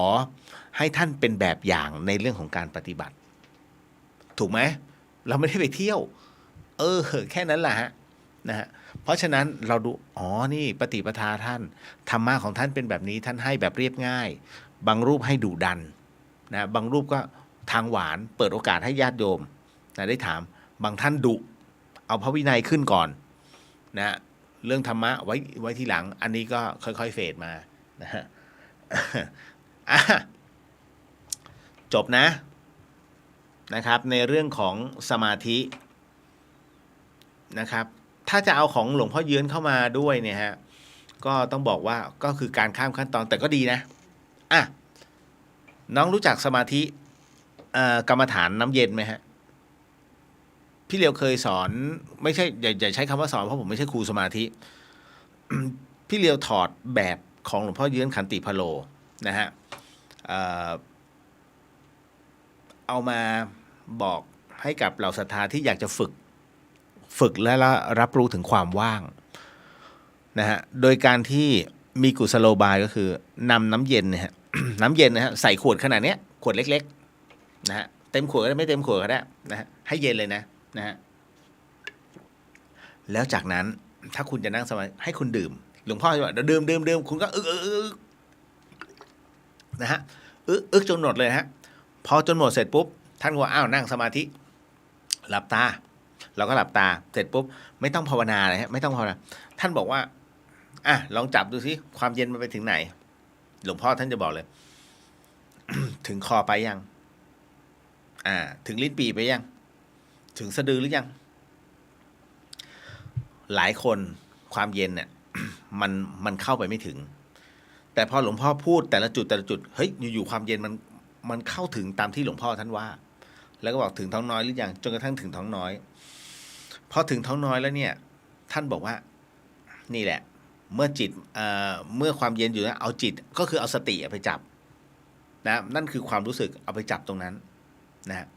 พอเอาสติลงไปจับที่ความเย็นตรงนั้นนะมันก็คือจิตนั่นแหละเอาเข้าไปจับเมื่อมันเข้าไปจับแล้วเนี่ยมันออกยากเพราะมันรับรู้ถึงความเย็นแล้วคุณจะเย็นอยู่อย่างนั้นเลยไม่มีพลังอื่นเข้ามาแฝงครับมันเป็นกุศโลบายของการเข้ากรรมฐานนะฮะมันจะจับที่ความเย็นนะฮะนั่นแหละคือความว่างคุณจะรู้สึกเฮ้ยว่างมากแล้วขึ้นกรรมฐานเร็วมากครับผมเนี่ยก้มกราบท่านสุดจิตสุดใจเพราะว่าท่านท้าท่านบอกว่าเดี๋ยวจะทำให้ทุกคนเนี่ยขึ้นกรรมฐานและไปเผชิญความว่างภายใน1 นาทีผมว่าโวยเลยไม่จริงหลวงพ่ออยากรู้ท่านเลยให้ลองไงเฮ้ยขึ้นได้จริงๆเผชิญความว่างกับกรรมฐานน้ำเย็นมันก็เลยทำให้ผมโอ้โหหลวงพ่อสุดยอดมากมารู้ทีหลังฮะผมมารู้ทีหลังว่า หลวงพ่อเยื้อนขันติพโรเนี่ยท่านเป็นพระวิปัสสนาจารย์ที่หลวงปู่ดุลนะฮะ แห่งวัดบุรพารามที่สุรินทร์นะครับหลวงปู่ดุลนะฮะท่านบอกว่าหลวงพ่อเยื้อนเนี่ยเป็นผู้ที่เข้ากรรมฐานได้เร็วที่สุดในบรรดาลูกศิษย์ท่านนะฮะแล้วจากนั้น นำหลวงปู่ดุลพาหลวงพ่อเยื้อนเนี่ยไปที่วัดป่าบ้านตาดไปฝากให้กับหลวงตามหาบัวหลวงตาท่านก็เทศหลวงปู่เทศหลวงพ่อเยื้อนฮะ หลวงตาบอกโอ้โหสุดยอดในเรื่องของการเข้าสมาธิแล้วก็ไปเจอกับความว่างหลวงตาซักหมดทุกรูปแบบหลวงพ่อก็ตอบทุกรูปแบบเหมือนกันนะท่านก็สอนฮาสนุกอ่ะนะฮะ พอถึงตรงนั้นเสร็จปุ๊บนะฮะหลวงตาก็เลยสอนข้อวัดให้นะให้ไปเป็นพระอุปถากท่านนะครับแล้วก็จนกระทั่งเป็นปัจจุบันเนี่ยฮะหลวงพ่อก็ยังเอาเคล็ดลับของท่านเนี่ยมาเผยแผ่ในเรื่องของกรรมฐานน้ำเย็นเดี๋ยวไว้ถ้ามีโอกาสนะฮะ นะครับผมก็อาจจะนำตรงเนี้ยมาช่วยฝึกเดี๋ยวรอเป็นพระเหลืองก่อนนะฮะก็จะสอนบอกจะขอพระอาจารย์เนี่ยนิดหนึ่งในเรื่องสอนกรรมฐานนะครับเอาล่ะ ก็โอเคนะหมดแล้วนะเนี่ยคือกรรมฐานน้ำเย็นของหลวงพ่อเยื้อนท่านตามมาด้วยมีน้องถามมาว่าหากจะบวชนั้นเราต้องขอพ่อแม่เมียลูกด้วยใช่ไหมครับหากหลบมาบวชโดยไม่บอกใครจะผิดไหมครับ คืออย่างนี้คุณผู้ฟังเมียกับลูกเนี่ยแค่พูดก็พอนะฮะแต่เรื่องราวของบุพการีใครที่จะบวชฟังไว้นิดหนึ่งนะคือพระพุทธองค์เนี่ยท่านมีบัญญัติในข้อห้ามมิให้บวชสำหรับลูกผู้ชายนะที่บิดามารดาไม่อนุญาตนะฮะเรื่องราวเนี่ยมันมีอยู่อย่างนี้ฮะ ก็บอกว่า ในครั้งที่พระเจ้าสุโธทนะนะซึ่งเป็นพ่อของพระพุทธเจ้าเป็นพ่อของเจ้าชายสิทธัตถะเมื่อได้ทราบนะฮะในเรื่องของการที่จะบวชเนี่ยก็ทรงมีความทุกข์เป็นอย่างยิ่งก็เลยรีบเสด็จไปเข้าเฝ้าพระพุทธเจ้าแล้วก็ทูลถึงความทุกข์ นะฮะในใจบอกว่าเมื่อพระพุทธเจ้านั้น ได้เสด็จออกบวชแล้วเนี่ยก็ทรงประสบแต่ความทุกข์อย่างใหญ่หลวงเป็นครั้งแรกท่านบอกงี้เลยว่าเพราะเมื่อครั้งที่พระนันทะออกบวชอีกก็ทรงประสบความทุกข์เป็นอย่างยิ่งอีกครั้งหนึ่งแต่ก็ยังหวังอยู่ว่ายังเหลือพระราหูคือใครฮะพระราหูคือลูกพุทธเจ้าก็ยังหวังว่ามีพระราหุลนะฮะก็จะทรงเป็นที่สืบเชื้อสายราชวงศ์ต่อไปแต่มาครั้งนี้ปรากฏว่าพระราหุลก็มาบวชอีกนะฮะพอมาบวชอีกก็เป็นทุกข์อย่างมากนี่คือครั้งที่3เพราะฉะนั้นก็เลยทรงขอพระเจ้าสุโธทนะฮะเลยขอพระพุทธเจ้าเอาไว้ฮะพระพุทธองค์ ก็บอกว่าประทานพรนะครับพระพุทธเจ้าข้อที่1พระพุทธเจ้าก็บอกว่านะฮะได้ทรงล่วงพรเสร็จแล้วพระเจ้าสุโธทนะพุทธบิดาก็ทูลโดยความว่าก็มิใช่จะเป็นการบังคับหรอกพระองค์นะเมื่อทรงเห็นสมควรก็ประทานนะฮะเมื่อไม่ทรงเห็นสมควรก็อย่าประทานก็คือเหมือนอนุญาตนะอนุญาตให้บวชนะก็อย่าประทานพระพุทธเจ้าก็ทรงให้พระเจ้าสุโธทนะนั้นตรัสว่าจะทรงขออะไรพระเจ้าสุโธทนะก็เลยทูลขอพรนะข้อหนึ่งว่าต่อไปเมื่อพระสงฆ์จะบวชผู้ใดนะฮะผู้นั้นให้ได้รับอนุญาตจากบิดามารดาก่อนได้ไหมเพราะหากได้พูดคุยถึงความทุกข์ที่จะเกิดแก่ตัวแล้วเนี่ยนะในครั้งนี้ว่ามันมากมายนักก็อยากให้ความทุกข์เช่นนี้เกิดกับบิดามารดาคนอื่นอีกเลยพระพุทธเจ้าก็ได้ยินดังนั้นเนี่ยท่านก็ทรงอนุญาตแล้วก็ได้ทรงสั่งพระสงฆ์ว่าถ้าหากจะมีการบวชใครก็ตามจะต้องมีการได้รับอนุญาตจากบิดาและมารดาเสียก่อนนะฮะทั้งหมดทั้งมวลนั้นจึงมาถึงปัจจุบันนี้นี่จึงเป็นมูลเหตุเบื้องต้นนะฮะนับตั้งแต่นั้นก็มีข้อกำหนดว่าผู้ที่จะมาประสงค์ในการบวชนะไม่ว่าจะเป็นภิกษุหรือว่าสามเณรเนี่ยนะฮะก็จะต้องได้รับอนุญาตจากบิดามารดาซะก่อนนะจึงจะดำเนินการได้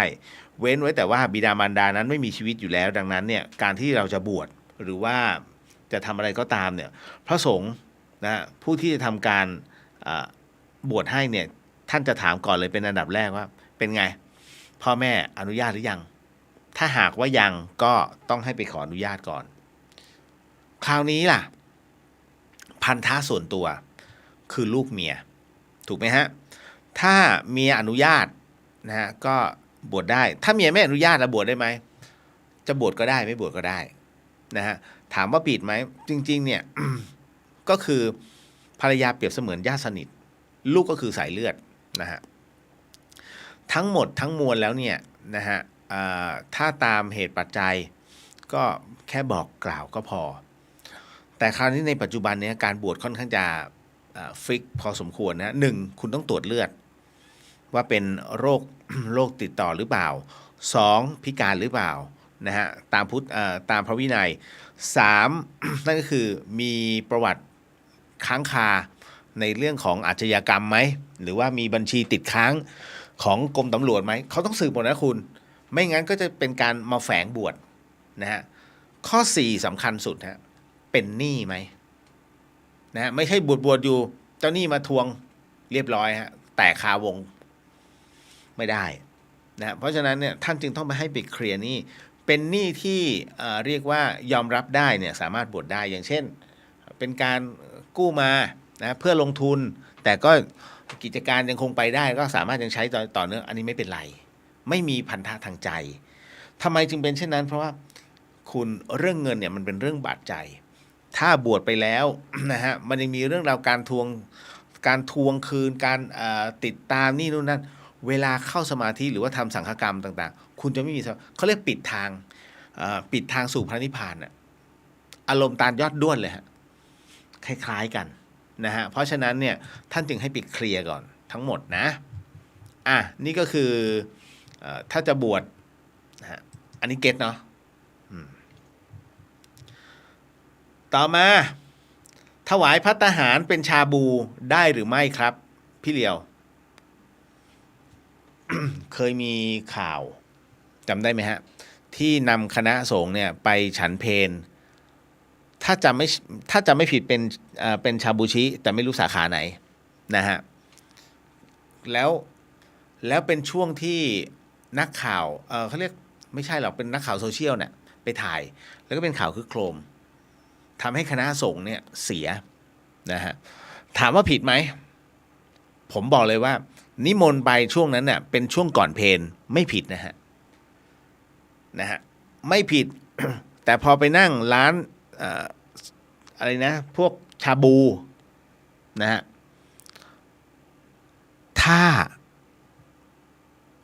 ถ้าคณะสงฆ์ไปนั่งเสร็จปุ๊บแล้วมีภัตตาหารเนี่ยมาประเคนท่านไม่ผิดแต่ถ้าเมื่อไหร่ก็ตามที่พระต้องปรุงเองปรุงรสเองฉันเองผิดฮะพระห้ามปรุงหมายถึงว่าเวลาเราใส่บาตรเข้าใจใช่ไหมฮะไม่ว่าจะเป็นข้าวสารอาหารแห้งเนี่ยถามว่าใส่ได้ไหมจริงๆเขาห้ามแต่ไม่เป็นไรก็อนุโลมกันไปเพียงแต่ว่าพอใส่ข้าวสารอาหารแห้งเสร็จปุ๊บเนี่ยพระมาถึงที่ท่านจะเอาเข้าลงครัวก็จะมีญาติโยมเนี่ยทำถวายอันเนี้ยนะฮะแต่ถ้าในส่วนของจะต้องให้ท่านไปปรุงเองไม่ได้ไม่เค็มเลยว่าเอาน้ำปลาหน่อยนะฮะพระมาปรุงอาหารเพื่อฉันเองไม่ได้ยกเว้นว่าในขณะที่ฉันอยู่นะฮะ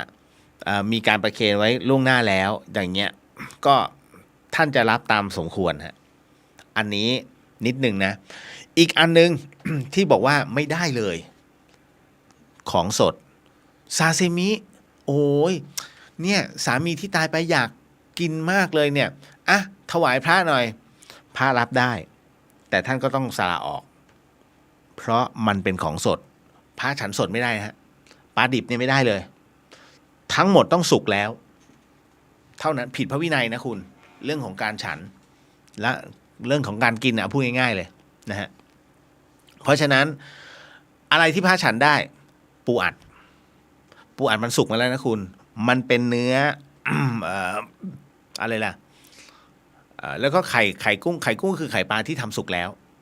เพียงแต่เข้าไปแช่เย็นนะฮะเพราะฉะนั้น มีอันเดียวที่พระฉันได้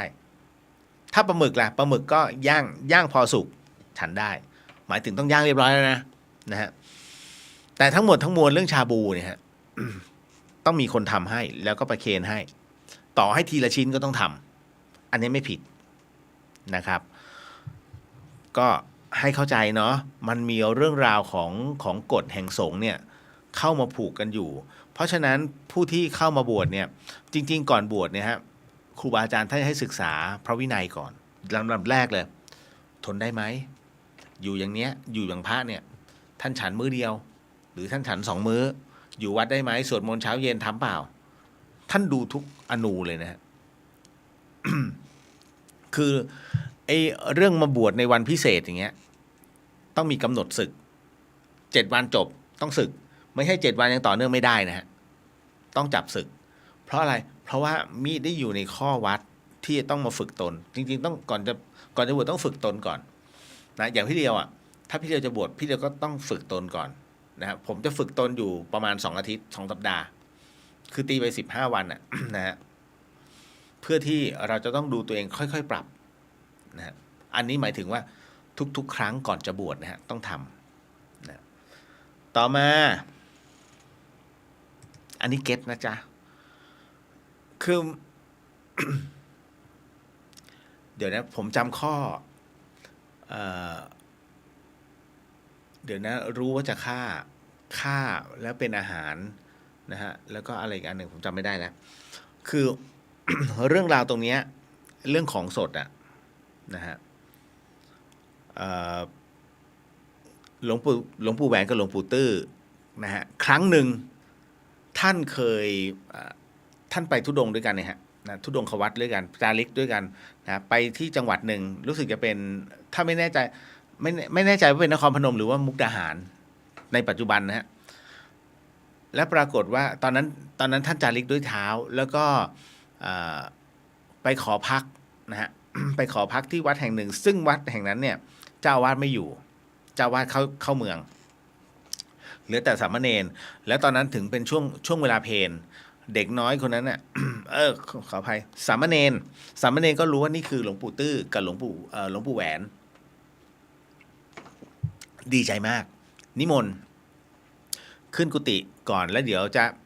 จะขอถวายพระทหารเพลน้องเนนก็ ไปดูว่า เอ๊ะ ในครัวมีข้าวเหนียวท่านก็เอาข้าวเหนียวใส่กระติบแล้วก็นำถวายก่อนนะส่วนน้ำเนี่ยก็รอในขันน้ำสมัยก่อนเขาท่านฉันนี่ในขันกันนะฮะก็โรยดอกมะลิอะไรเรียบร้อยนะฮะเสร็จปุ๊บจากนั้นเสร็จปุ๊บเนี่ยฮะกับข้าวไม่มีพอกับข้าวไม่ดีเสร็จปุ๊บน้องเนนฮะเห็นไอ้โต้งนะฮะเดินอยู่ของวัด นะฮะจับมับแล้วก็เดินไปข้างในตอนที่ น้องเนนเนี่ยไปจับไอ้โต้งเนี่ยหลวงปู่แหวนกับหลวงปู่ตื้อเห็นแล้วเสร็จปุ๊บนะมันก็ปักเสร็จปักเรียบร้อยดูแล้วว่าอะไรเกิดขึ้น นะน้องเนนนั้นทำให้อย่างดีย่างอย่างหอมเอาไปถวายเสร็จปุ๊บ นะฮะหลวงปู่แหวนกับหลวงปู่ตื้อจึงฉันได้เฉพาะข้าวเหนียวฮะขอเกลือเนนหน่อยนะฮะฉันไก่ไม่ได้รู้ว่าจะฆ่านะฮะไม่ได้นะฮะ แล้วก็ฆ่าเพื่อให้ฉันเนี่ย นะไม่ได้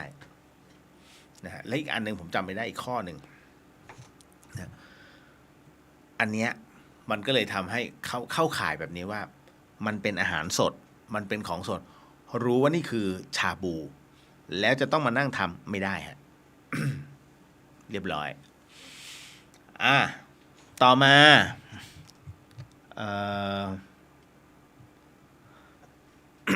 การบวชพระบวชเนนบวชชีบวชภิกษุณีบวชพราหมณ์ โอ้ยแย่แล้วบวชพราหมณ์อานิสงส์เกิดตรงไหนแล้วแบบไหนได้บุญมากกว่าคะการบวชพระบวชเนนบวชชีบวชภิกษุณีบวชพราหมณ์อานิสงส์เกิดตรงไหนเกิดตรงที่ตั้งใจฮะเมื่อตั้งใจแล้วกุศลเกิดขึ้นแล้วนะฮะและแบบไหนได้บุญมากกว่ากัน ไม่ใช่ตามหน้าศีลแต่เป็นความตั้งใจของแต่ละท่านแล้วกัน ผมยกตัวอย่างการบวชพระภิกษุนะฮะศีลท่าน227นะฮะศีลท่านเยอะนะปัจจุบันถามกับบรรลุกี่รูปผิดศีลกี่รูปถูกไหมฮะเพราะฉะนั้นทั้งหมดทั้งมวลเนี่ยจึงคล้ากันต่อมาบวชเนนเนี่ยศีล10นะฮะศีล10ก็คือทศศีลนะทศศีลก็คือศีล10ทศนะฮะก็คือ10นะฮะบวชชีศีล8บวชภิกษุณีศีล311นะฮะบวชพราหมณ์ชีพราหมณ์ศีล8นะฮะ อานิสงส์นะฮะบอกไปแล้วเกิดจากความตั้งใจแต่คราวนี้มาดูก่อนน้องเนนเนี่ยฮะสามเณรเนี่ยฮะท่านศีล10ก็คือทศศีลนะฮะนั่นก็คือศีล5ของเราดีๆนี่เองนะฮะก็ไม่ฆ่าสัตว์นะฮะไม่ ไม่ลักทรัพย์ไม่ประพฤติผิดพรหมจรรย์นะครับไม่พูดเท็จไม่ดื่มน้ำเมาไม่บริโภคอาหารในยามวิกาลเนี่ยนะฮะด้วยครั้งที่แล้วเนี่ยพระอาจารย์เชนบอกว่าเป็นบัญญัติของพระพุทธเจ้าจริงๆวิกาล อีกนัยยะหนึ่งนะฮะก็คือตามบาลีวิการก็คือการละเวลาวิก็คือสิ่งที่ข้อห้ามหมายถึงว่า ข้อห้ามในที่นี้ก็คือข้อห้ามตามพุทธบัญญัตินะฮะนั่นก็คือหลังเที่ยงไปแล้วนะ จนทบอีก1 วันอรุณอีกวันหนึ่งตรงนี้เขาเรียกยามวิกาลตามหลักนะฮะ โอ้โหขออภัยด้วยจริงๆนะฮะถ้าจัดไปอายไป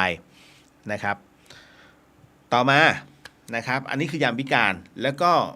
ไม่ขับร้องฟ้อนรำนะครับแล้วก็เว้นจากการเรียกว่าเครื่องหอมดอกไม้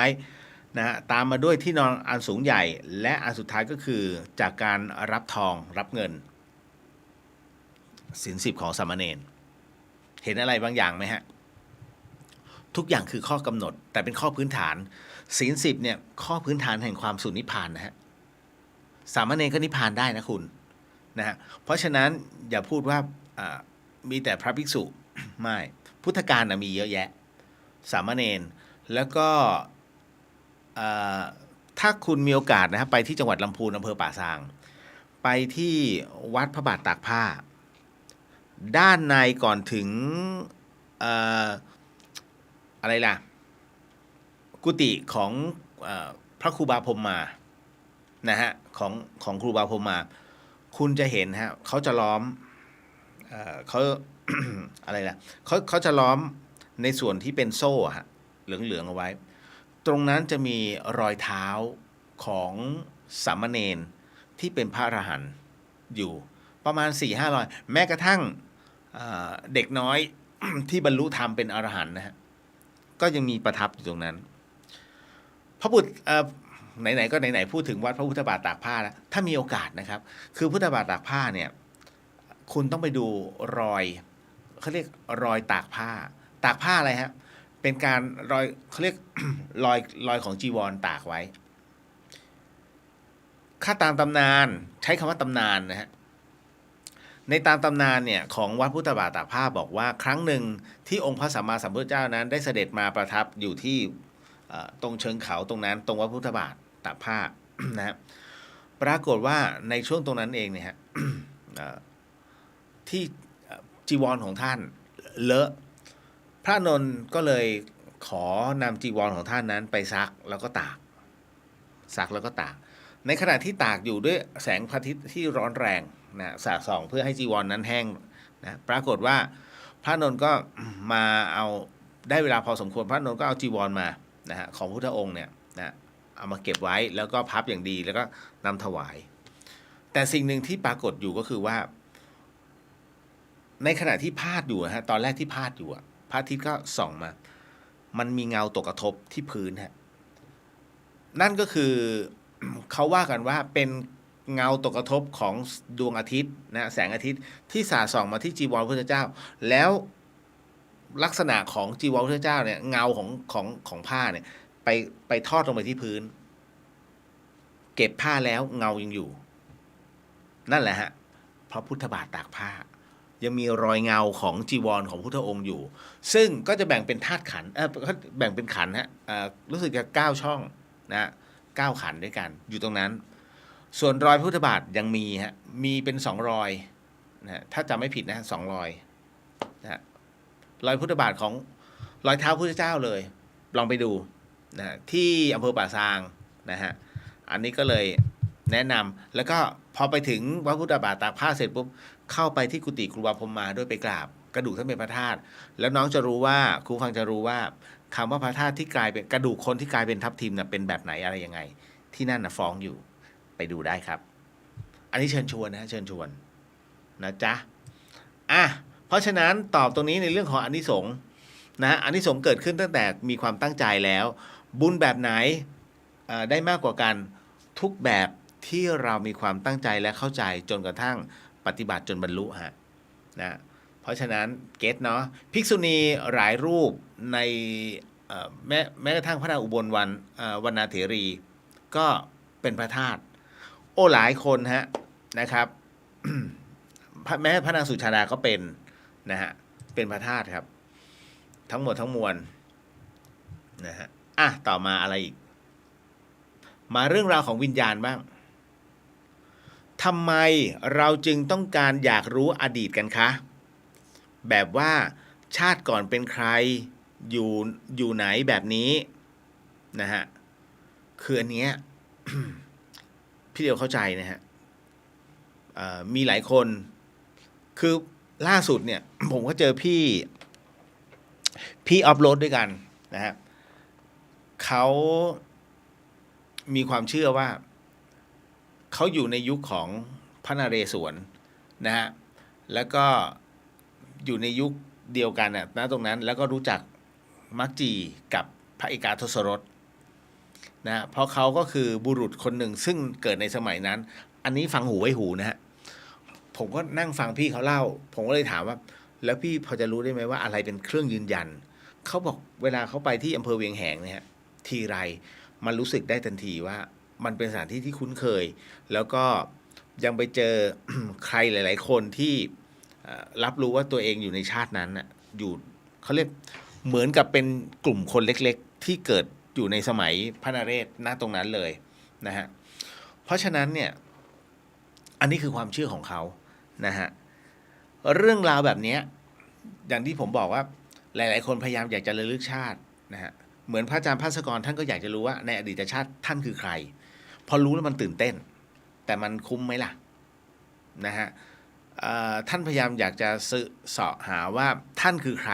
อยู่ตรงไหนอะไรยังไงนะจนกระทั่งท่านรู้นะว่าท่านคือใครนะฮะแต่ก็รู้ก็แค่รู้ไงรู้ก็คือหมดสงสัยพอหมดสงสัยก็จบไปเรื่องราวต่อไปดังนั้นกรณีตรงนี้ฮะ ทำไมคนจึงอยากรู้อดีตชาติรู้เพื่อต้องการจะรู้มันสงสัยนะฮะเฮ้ยอันที่หนึ่งสงสัยเขารับรู้กันได้จริงเปล่าวะอันที่สองพอรับรู้ว่าชาติก่อนเราเป็นใครรู้สึกจะมีความฮึกเหิมนะฮะอย่างที่สามก็คือว่ามันอาจจะเป็นอาหารทางใจแค่นั้นแต่จริงแล้วมันช่วยไม่ช่วยอะไรเลยรู้ก็คือรู้แค่นั้นนะฮะแล้วคราวนี้เนี่ยว่าถ้าอยากจะรู้ว่าอยู่อะไรแบบไหนอะไรยังไงครับวันหนึ่งคุณจะรู้เองมันเขาเรียกอย่างที่ผมเคยบอกครับว่าคุณเคยไปไหมในสถานที่ใดสถานที่หนึ่งแล้วมีความคุ้นเคยว่าเฮ้ยกูเคยมาแล้วอะแล้วบ้านเนี่ยหลังเนี้ยมันก็มีอะไรต่อเติมมากกว่านี้นะทำไมมันเป็นอย่างนี้คือมันคุ้นเคยแล้วคุณไปยืนจ้องนานๆจนมีความรู้สึกว่าเหมือนได้มาอยู่จริงๆคุณมาอยู่แล้วแต่ไม่รู้ชาติไหน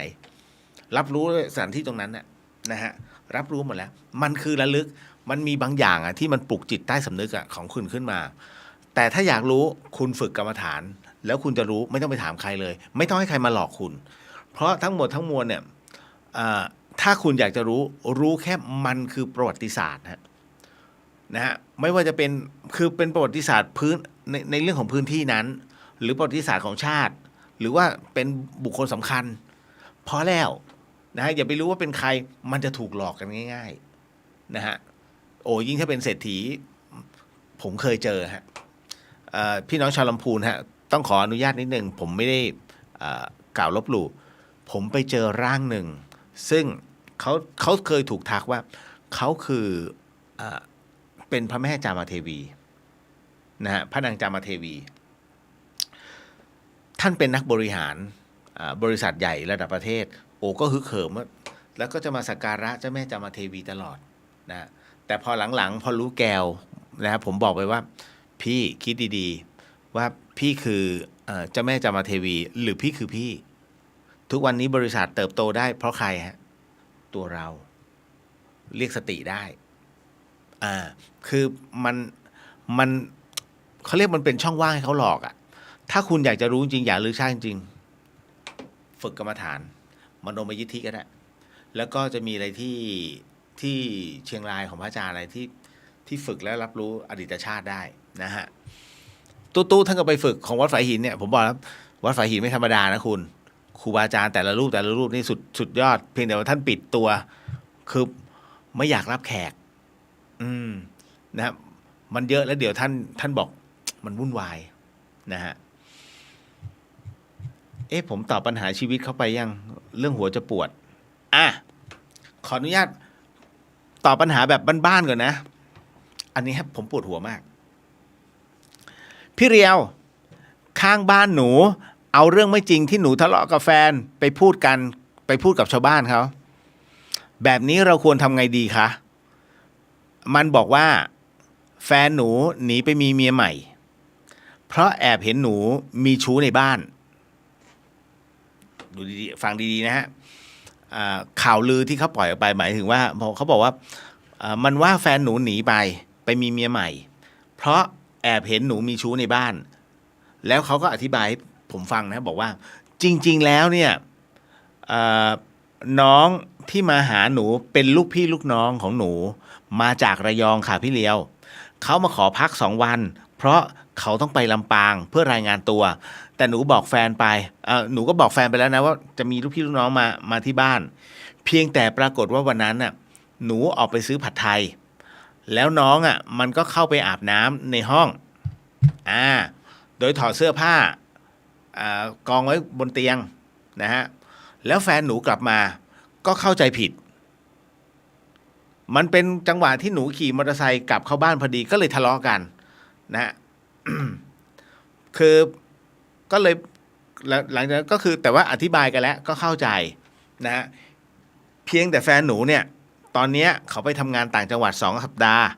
แต่น้องของหนูเนี่ยเขาไปรายงานตัวเข้างานก่อนแฟนหนูจะไปแล้วนะเรื่องมันก็มีเท่านี้แหละมันเห็นว่าทะเลาะกันเรื่องผู้ชายซึ่งเป็นลูกพี่ลูกน้องเป็นการเข้าใจผิดแล้วเอาไปปากต่อปากโอ้โหคุณคือเรื่องนี้มันเป็นปัญหาโลกแตกมากคุณจะไปบอกว่ายายคนนี้นะฮะปากมากไปมันก็ไม่ได้เขาอยากมีตัวตนคือคนที่ชอบกระจายข่าวแบบไม่จริงเนี่ยเป็นคนที่อาภัพนะฮะเขาอยากมีตัวตนในสังคมเพราะฉะนั้นเวลาเขาเล่าไปเรื่องราวอะไรก็แล้วแต่ที่คนรับฟังแล้วดูจริงจังนะน่าติดตามน่าเชื่อถือเขาจะเป็นคนที่มีตัวตนทันทีแล้วทุกคนจะให้ความสนใจเขาคนนี้เขาก็เลยเขาเรียกว่าหยิ่งพยองขึ้นมาว่าเฮ้ยเห็นไหมทุกคนจะต้องมาฟังเรื่องราวจากฉันนะถ้าฉันไม่เก็บข้อมูลเสร็จปุ๊บทุกคนก็ไม่ได้ข่าวสารมันเริ่มเขาเรียกหลงผิดนี่คือมิจฉาทิฐิอย่างหนึ่งนะฮะจริงๆแล้วใครจะทำอะไรปล่อยเขามันเป็นเรื่องแล้วก็เป็นสิทธิของเขานะเพราะฉะนั้นศีล 5จึงมีข้อกำหนดไว้ไงว่าไม่ผิดเลยจะดีกว่าแต่ถ้าผิดแล้วต้องยอมรับสภาพในสิ่งที่เราทำผิดไปกรณีอย่างนี้เช่นกันนะฮะที่จะบอกว่าจะทำยังไงดีถ้าเป็นพี่เลียวปล่อยไปฮะไฟไม่ฟางคุณจะไปแก้ไขไปแก้ข่าวอะไรก็แล้วแต่มันยากตรงที่ว่าคนเมื่อเชื่อไปแล้วมันเชื่อเลยคนมักจะชอบเรื่องราวผิดมากกว่าเรื่องที่ถูกก็อย่างที่ผมบอกไงไปบนบานศาลกล่าวเจ้าพ่อเจ้าแม่เนี่ยขอรางวัลที่1ทุกคนจะบอกเลยโอ้โหเนี่ยแม่นมากคนนี้เขาถูกบ้านนี้เขาถูก3ตัวนะบ้านนี้เขาถูกเนี่ยรางวัลที่2นะฮะโอ้โห2แผ่นนะฮะนู่นรางวัลที่1เขาได้ไปแล้วงวดก่อนเห็นไหมอ้าวแล้วคนมาขอเยอะไหมโอ้โหมาเป็นหมื่นที่เขาพูดกี่คนที่ถูกคิดตรงนี้ฮะและที่มาเนี่ยมาขอตัวเลขที่บอกเป็นหมื่นคุณที่มันพูดนี่คือแบบกระพี้หนึ่งเล็กๆคือเขาเรียกจุดขี้แมงวันเล็กๆสำหรับคนไปอธิษฐานเห็นไหมแต่คนไม่เลือกจะพูดถึงสำหรับคนที่ไม่ถูกหวยคนเลือกที่จะเชื่อสำหรับคนที่ถูกหวยในจำนวนเล็กๆ แค่นั้นเลยฮะเนี่ยอารมณ์เดียวกันนะฮะคนเลือกที่จะเชื่อเรื่องราวเสเพลนะฮะเพราะมันสนุกมากกว่าไปเขามาแก้ตัวแล้วนะเห็นไหมนิดหนึ่งมันจะเป็นอย่างงี้ฮะ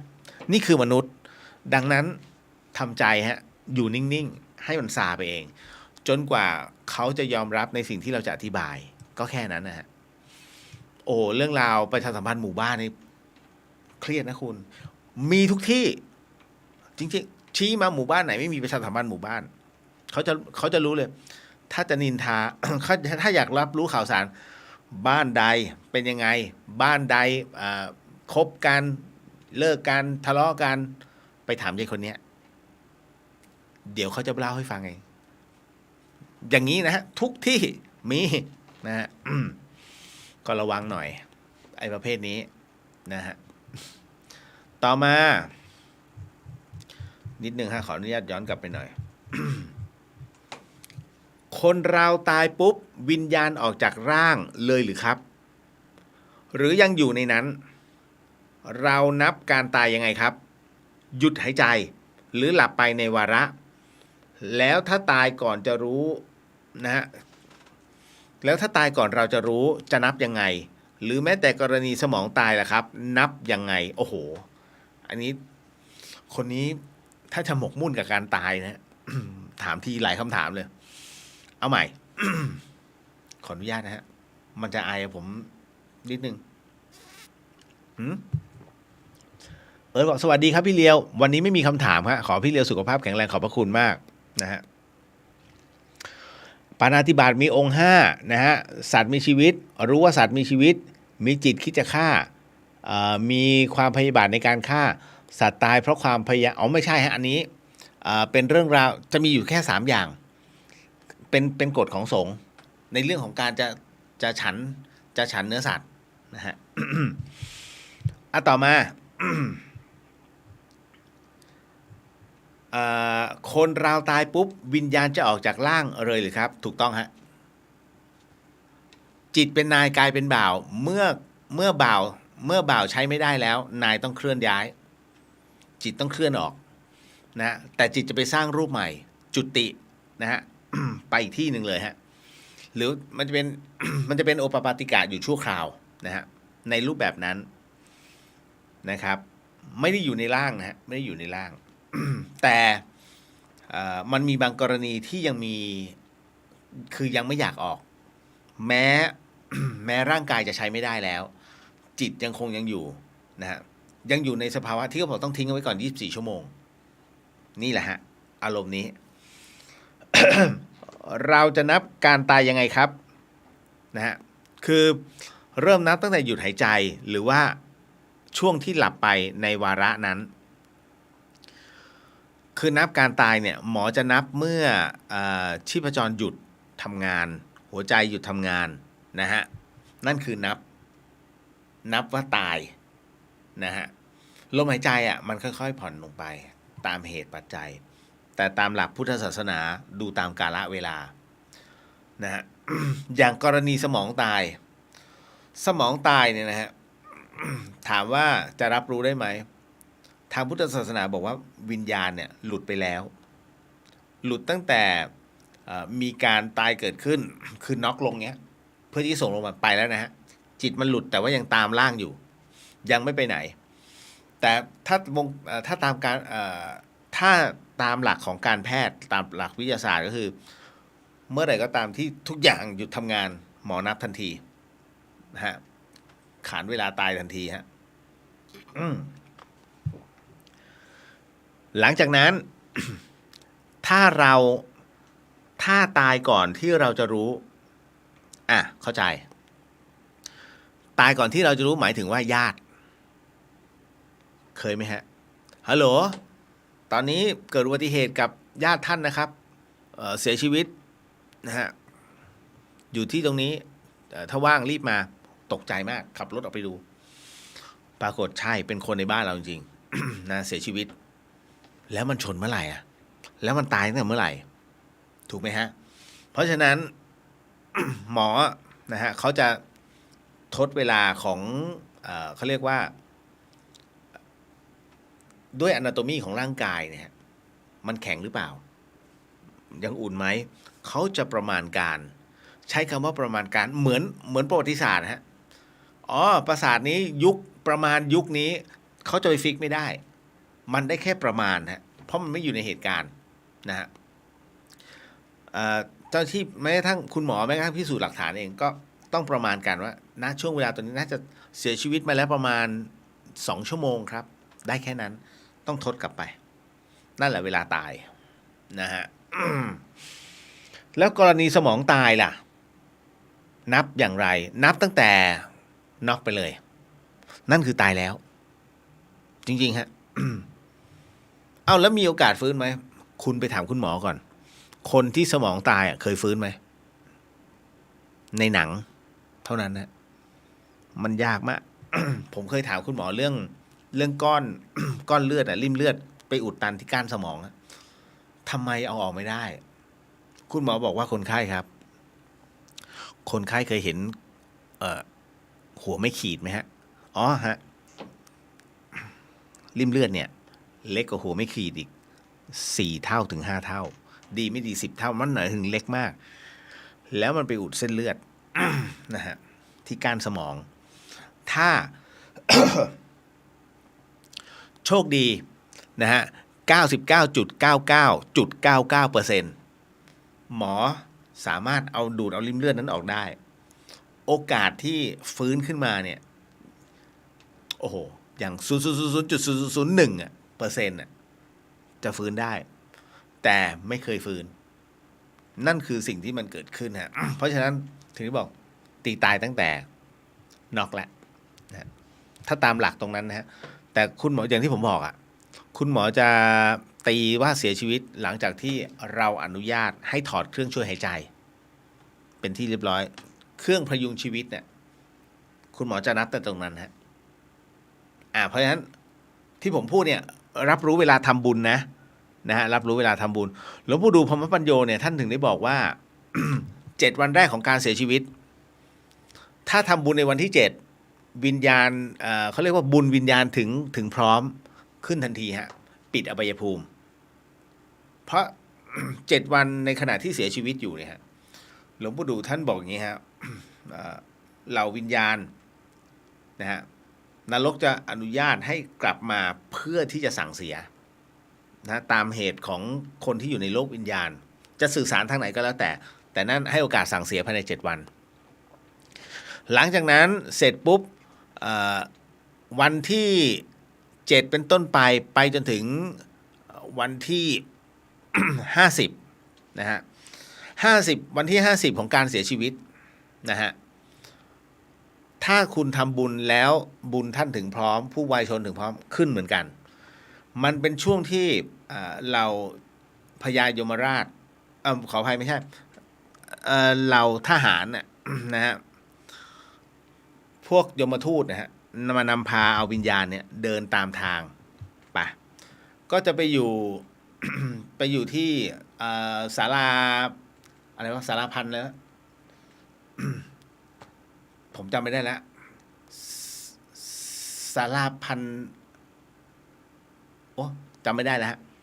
ตรงนั้นเป็นจุดพักของวิญญาณครึ่งทางก่อนเป็นช่วงที่เดินทางนะฮะแล้วก็รับรู้วิญญาณไม่สามารถมาหา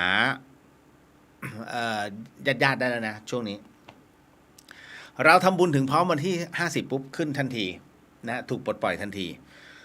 หลังจากนั้นวันที่50ไปจนถึง100เป็นช่วงเดินทางระยะสุดท้ายฮะเป็นช่วงเดินทางจนถึงบัลลังก์ฮะยืนหน้าบัลลังก์แล้วเพื่อที่จะวัดระหว่างบุญกับบาปบุญกับกรรมที่เคยทำเอาไว้ว่าเป็นการชั่งฮะณตรงนั้นถ้าทำวันที่100โดยไม่คาดเคลื่อนนะส่วนใหญ่คาดเคลื่อนนะวันที่100เสร็จปุ๊บบุญถึงพร้อมขึ้นเลยฮะไม่ต้องรอพิพากษานะฮะ เพราะฉะนั้นทั้งหมดทั้งมวลนี่คือ4ชุดแรกในการทำบุญพิเศษนะฮะขออภัย3ชุดแรกในการทำบุญพิเศษ7 วัน50 วัน100 วันแต่คราวนี้บุญเขาเรียกบุญหาร2บุญคูณ2บุญคูณ2ก็คือทุกขึ้น15ค่ำที่ผมทำโหสิกรรม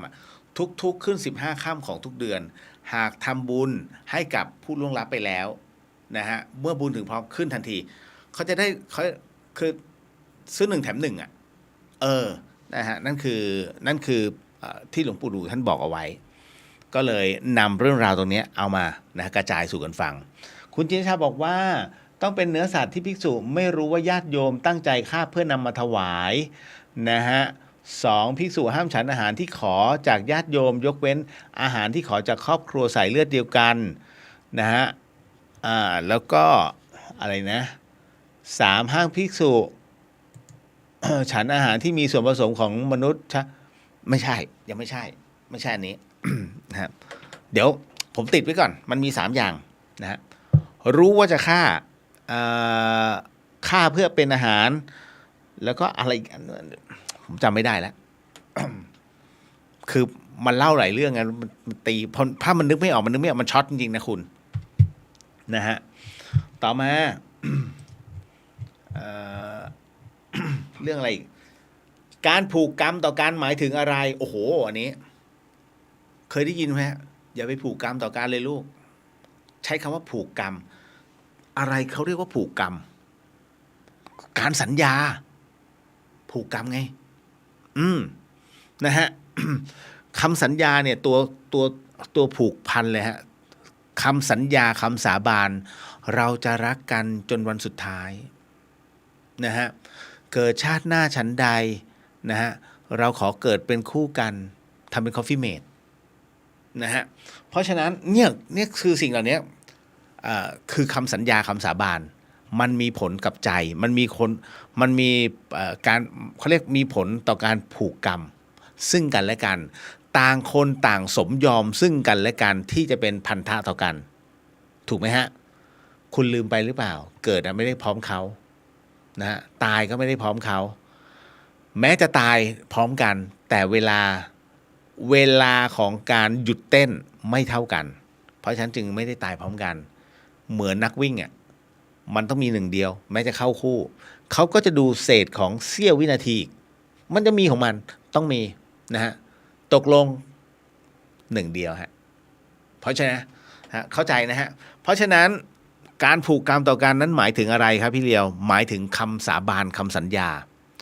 คุณจะไปลบล้างอะไรก็แล้วแต่นะฮะเนี่ยมันยากก่อกรรมล้างแค้นโอ้โหนะฮะทั้งหมดทั้งมวลเนี่ยนี่คือสิ่งที่ผูกกรรมฮะมีความแค้นต่อกันก็เป็นการผูกกันเพราะ มันเป็นคำสัญญาคำสาบานไงตัวบุพกรรมบีบไอ้ตรงเนี้ยแก้ยากนะฮะก็ขอโหสิกรรมลองวันมาฆะขอโหสิกรรมใหญ่จะลองช่วยดูหลายๆท่านนะที่มีอะไรแบบเนี้ย นะแต่อันหนึ่งที่ไม่อันหนึ่งเนี่ยฮะ ที่ผมอยากเตือนคุณพ่อคุณแม่นิดนึงนะฮะอย่าใช้คำว่าเมื่อเวลาลูกป่วยหนักๆเนี่ยสงสาร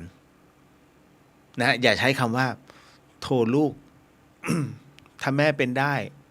แม่ขอเป็นแทนลูกนะลูกหายเร็วๆนะอย่าไปพูดคำนี้นะฮะ ครูบาอาจารย์ท่านหลายๆท่านเนี่ยเตือนเอาไว้คำนี้อันตรายถ้าแม่เป็นได้ถ้าพ่อเป็นได้ขอเป็นแทนลูกนะขอให้ลูกหายเร็วๆคุณผู้ฟังครับ คนเราเนี่ยนะเดี๋ยวฟังก่อนนะผมไม่ได้พูดเองนี่คือการถ่ายทอดระหว่างครูบาอาจารย์ที่ได้บอกไว้นะฮะว่าในส่วนของตัวเนี้ยนะครับการที่เราพูดอย่างนี้นะนั่นหมายถึงว่าคุณกำลังสัญญาหรือขอเรื่องราวมันจะเกิดขึ้นแบบนี้ฮะ ในส่วนของตัวของลูกเนี่ยที่เขาเจ็บลงเนี่ยมันเป็นกรรมส่วนตัวกรรมที่เขาเคยก่อไว้หรือว่าเป็นบุพกรรมที่เพิ่งตามมาถึงจะเจ็บมากเจ็บน้อยแต่มันเจ็บไง แล้วคราวนี้ไอ้บุพกรรมที่เขากำลังรับอยู่มันยังไม่ถึงตายนะฮะแม้จะถึงตายอีกเรื่องหนึ่งแต่มันยังไม่ถึงตายนี่คือกรรมของเขานะฮะแต่พอมันยังไม่ถึงตายเขาเรียกกรรมเบามันยังเป็นกรรมแบบเบาอยู่แต่บังเอิญพ่อแม่รักลูกปานจะกลืนกินนะฮะแม่เป็นได้แม่ขอเป็นแทนพ่อเป็นได้พ่อขอเป็นแทนลูกณตรงเนี้ยครูบาอาจารย์บอกคุณเนี่ยกำลังจะขอถ่ายตัวกรรมมาสู่ตัวเราเพื่อให้ลูกคุณสบายอย่าทำเช่นนั้นนะฮะท่านบอกว่าอย่าทำเช่นนั้นเพราะว่ากรรมเบาของเขามันอาจจะกลายเป็นกรรมหนักสำหรับเราเข้าใจนะฮะกรรมที่เขารับอยู่เนี่ยมันอาจจะเป็นกรรมที่เบาแค่เจ็บอะนะฮะแต่ถ้าขอเป็นแทนปุ๊บไอ้นี่หายดีวันนี้แต่คุณจะโดนหนักเลยนะฮะแล้วถ้าโดนหนักถึงเสียชีวิตลูกอยู่ไงคิดท่านบอกต้องใช้ปัญญาในการพินิจพิเคราะห์แต่ถ้ากรณีที่ลูก ICU ฉุกเฉินล่ะนะฮะ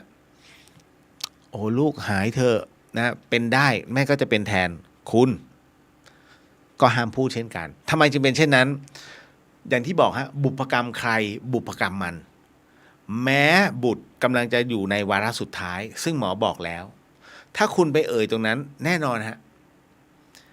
กรรมของเขาเนี่ยร่างของเขาเริ่มใช้ไม่ได้มันเป็นสิ่งที่เขาต้องยอมรับตรงนั้นแล้วเราก็ต้องรับให้ได้ด้วยแต่พอคุณไปพูดตรงนี้เสร็จปุ๊บกรรมเขาไม่ได้มีแค่ชุดนี้นะฮะมันจะมีชุดต่อไปไอ้ชุดต่อไปเนี่ยจะมาหาคุณนั่นแหละเพราะฉะนั้นถึงได้บอกอย่าได้เอื้อนเอ่ยเด็ดขาดกรณีตรงนี้นะฮะ ในตัวบุพกรรมนะฮะเพราะฉะนั้นในเรื่องคำสัญญาคำสาบานหนักมากเดี๋ยวรอเวลาสำหรับที่จะอโหสิกรรมแล้วกันไม่ใช่ตอนนี้นะหมายถึงว่าเป็นพิธีใหญ่นะฮะต่อมา คุณจินชาบอกว่าช่วยหาหมวดกุแล้วนะคะ ถูกสักอันเถอะ พระพุทธเจ้ามิได้เสวยเนื้อที่เขาทำเจาะจงพระองค์ด้วย อันนี้ อันนี้เป็นหมวดหมู่ของห้ามฉันเนื้อสัตว์ แต่มันจะมีกฎของภิกษุนะฮะในเรื่องของการฉันอาหารนะฮะอันนี้มี3ข้อซึ่งผมก็อยากจะถามท่านแต่ไม่เป็นไร เดี๋ยวติดไว้ก่อนฮะถ้าพร้อมในการจัดคิดว่าผมน่าจะขอพักไม่วันนี้ไม่พรุ่งนี้ก็อีกวันหนึ่งถ้าเส้นเสียงกลับมาพอได้ เดี๋ยวมาลุยต่อไม่เป็นไรฮะเอานะก็อุทิศมาสักขนาดนี้แหละ นะฮะต่อมานะฮะเอาตี 1แล้วโอ้เวรกรรมไม่เป็นไรฮะยกยอดไว้ครั้งต่อไปนะมันจะมีเรื่องราวที่เขาบอกว่าการเก็บกระดูกคนตายไว้เนี่ยมันคือเป็นที่สถิตวิญญาณเดี๋ยวค่อยว่ากันทำไมต้องจัดเลี้ยงโต๊ะจีนผีเดี๋ยวค่อยว่ากันนะทั้งหมดทั้งมวลนะฮะที่ผ่านมานะเป็นส่วนของเดอะเฮียนครับนะฮะสิ่งหนึ่งสิ่งใดที่ผิดพลาดพลั้งไปต้องขอสิกรรมนะที่นี้ไม่ได้ตั้งใจหรือมีเจตนาก็ขอมอบอานิสงส์ผลบุญในค่ำคืนนี้ถวายแด่องค์พระสัมมาสัมพุทธเจ้าทุกๆพระองค์พระธรรมเจ้าทุกๆพระองค์พระอริยสังฆเจ้าทุกๆพระศรีติมหาสาวกเจ้าทุกๆพระองค์พระอรหันตสาวกเจ้าทุกๆพระองค์รวมไปถึงพรหมเทพเทวดาทั้งหลายสรรพสัตว์สรรพวิญญาณทั้งหลายสรรพเจ้ากรรมนายเวรทั้งหลายทั้งมวลรวมไปถึงสัมภเวสีทั้งหลายก็ขอมอบอานิสงส์ผลบุญในค่ำคืนนี้ให้ถึงทั่วถึงด้วยทุกๆตนทุกท่านด้วยเช่นกันขอมอบอานิสงส์ผลบุญในค่ำคืนนี้ถวายแด่องค์พระเดชพระคุณพระราชพรหมยานหรือว่าหลวงพ่อฤาษีลิงดำแห่งวัดท่าสูงก็ขอให้ได้รับอานิสงส์ผลบุญในค่ำคืนนี้ด้วยเช่นกันขอมอบอานิสงส์บุญในค่ำคืนนี้ถวายแด่พระอาจารย์ภาสกรปุริวัฒโนภวิไลก็ขอให้ได้รับอานิสงส์ผลบุญในค่ำคืนนี้ด้วยเช่นกันขอมอบอานิสงส์ผลบุญในค่ำคืนนี้ให้กับคุณผู้ฟังที่ฟังในคลื่น FM 104.50 เมกะเฮิรตซ์จังหวัดเชียงใหม่แล้วก็จังหวัดใกล้เคียงรวมไปถึงคุณผู้ฟังที่ฟังในช่อง YouTube ของวัดไฟหินแล้วก็ Facebook ของวัดไฟหินทุกๆช่องทางก็ขอให้ได้รับอานิสงส์ผลบุญในค่ำคืนนี้ด้วยเช่นกันนะฮะและขอมอบอานิสงส์ผลบุญในค่ำคืนนี้ให้กับคุณผู้ฟังที่ฟังในช่อง Facebook ของพุทธิสิทธิ์รัตนสมบูรณ์แล้วก็เรียวเดอะเฮียนก็ขอให้ได้รับอานิสงส์ผลบุญในค่ำคืนนี้ด้วยเช่นกันนะฮะก็ขออนุญาตนะฮะนำแผ่เมตตานิดนึงนะฮะ มีน้ำกรวดน้ำนะฮะถ้าไม่มีก็เดี๋ยวไว้กรวดแห้งเอาสาธุสาธุ ยะทาวาริวหาปุราปริปุเรนติสกรังเอวะเมวะอิโตตินังเปตานังอุปกปติอิชิตังปฏิตังตุมหังคิปะเมวะสมิสันตุสัพเพปุเรนตุสังกปาจันโดปนารโสยะธามณิโชติรโสยะธาสัพพิติโยวิวันชันตุสัพพโรโกวินาสตุมาเตภวะวันตรายโยสุขีทีคายุโกภวะอภิวาทนาสีริสนิจังวุฒาปัจจายโนจตารโรธรรมาวัฏันติอายุวันโนสุขังปะลังนิพพานังปรมังสุขังโมทนาสาธุนะครับแล้วเจอกันนะฮะป้าแก้วว่าอะไรฮะอ๋อแม่ใช่ไหมฮะเข้าใจความเป็นแม่เนาะนะฮะหลายคนก็ขอรับกรรมแทนลูกเนี่ยถึงบอกนิดนึงระวังนะฮะเรื่องราวตรงนี้การเปล่งวาจาสำคัญที่สุดนะเราช่วยด้วยใจก็นึกในใจก็พอนะฮะเพราะการเปล่งวาจาเป็นเรื่องราวของสัจจะระวังสาธุครับแล้วเจอกันบ๊ายบายนะฮะ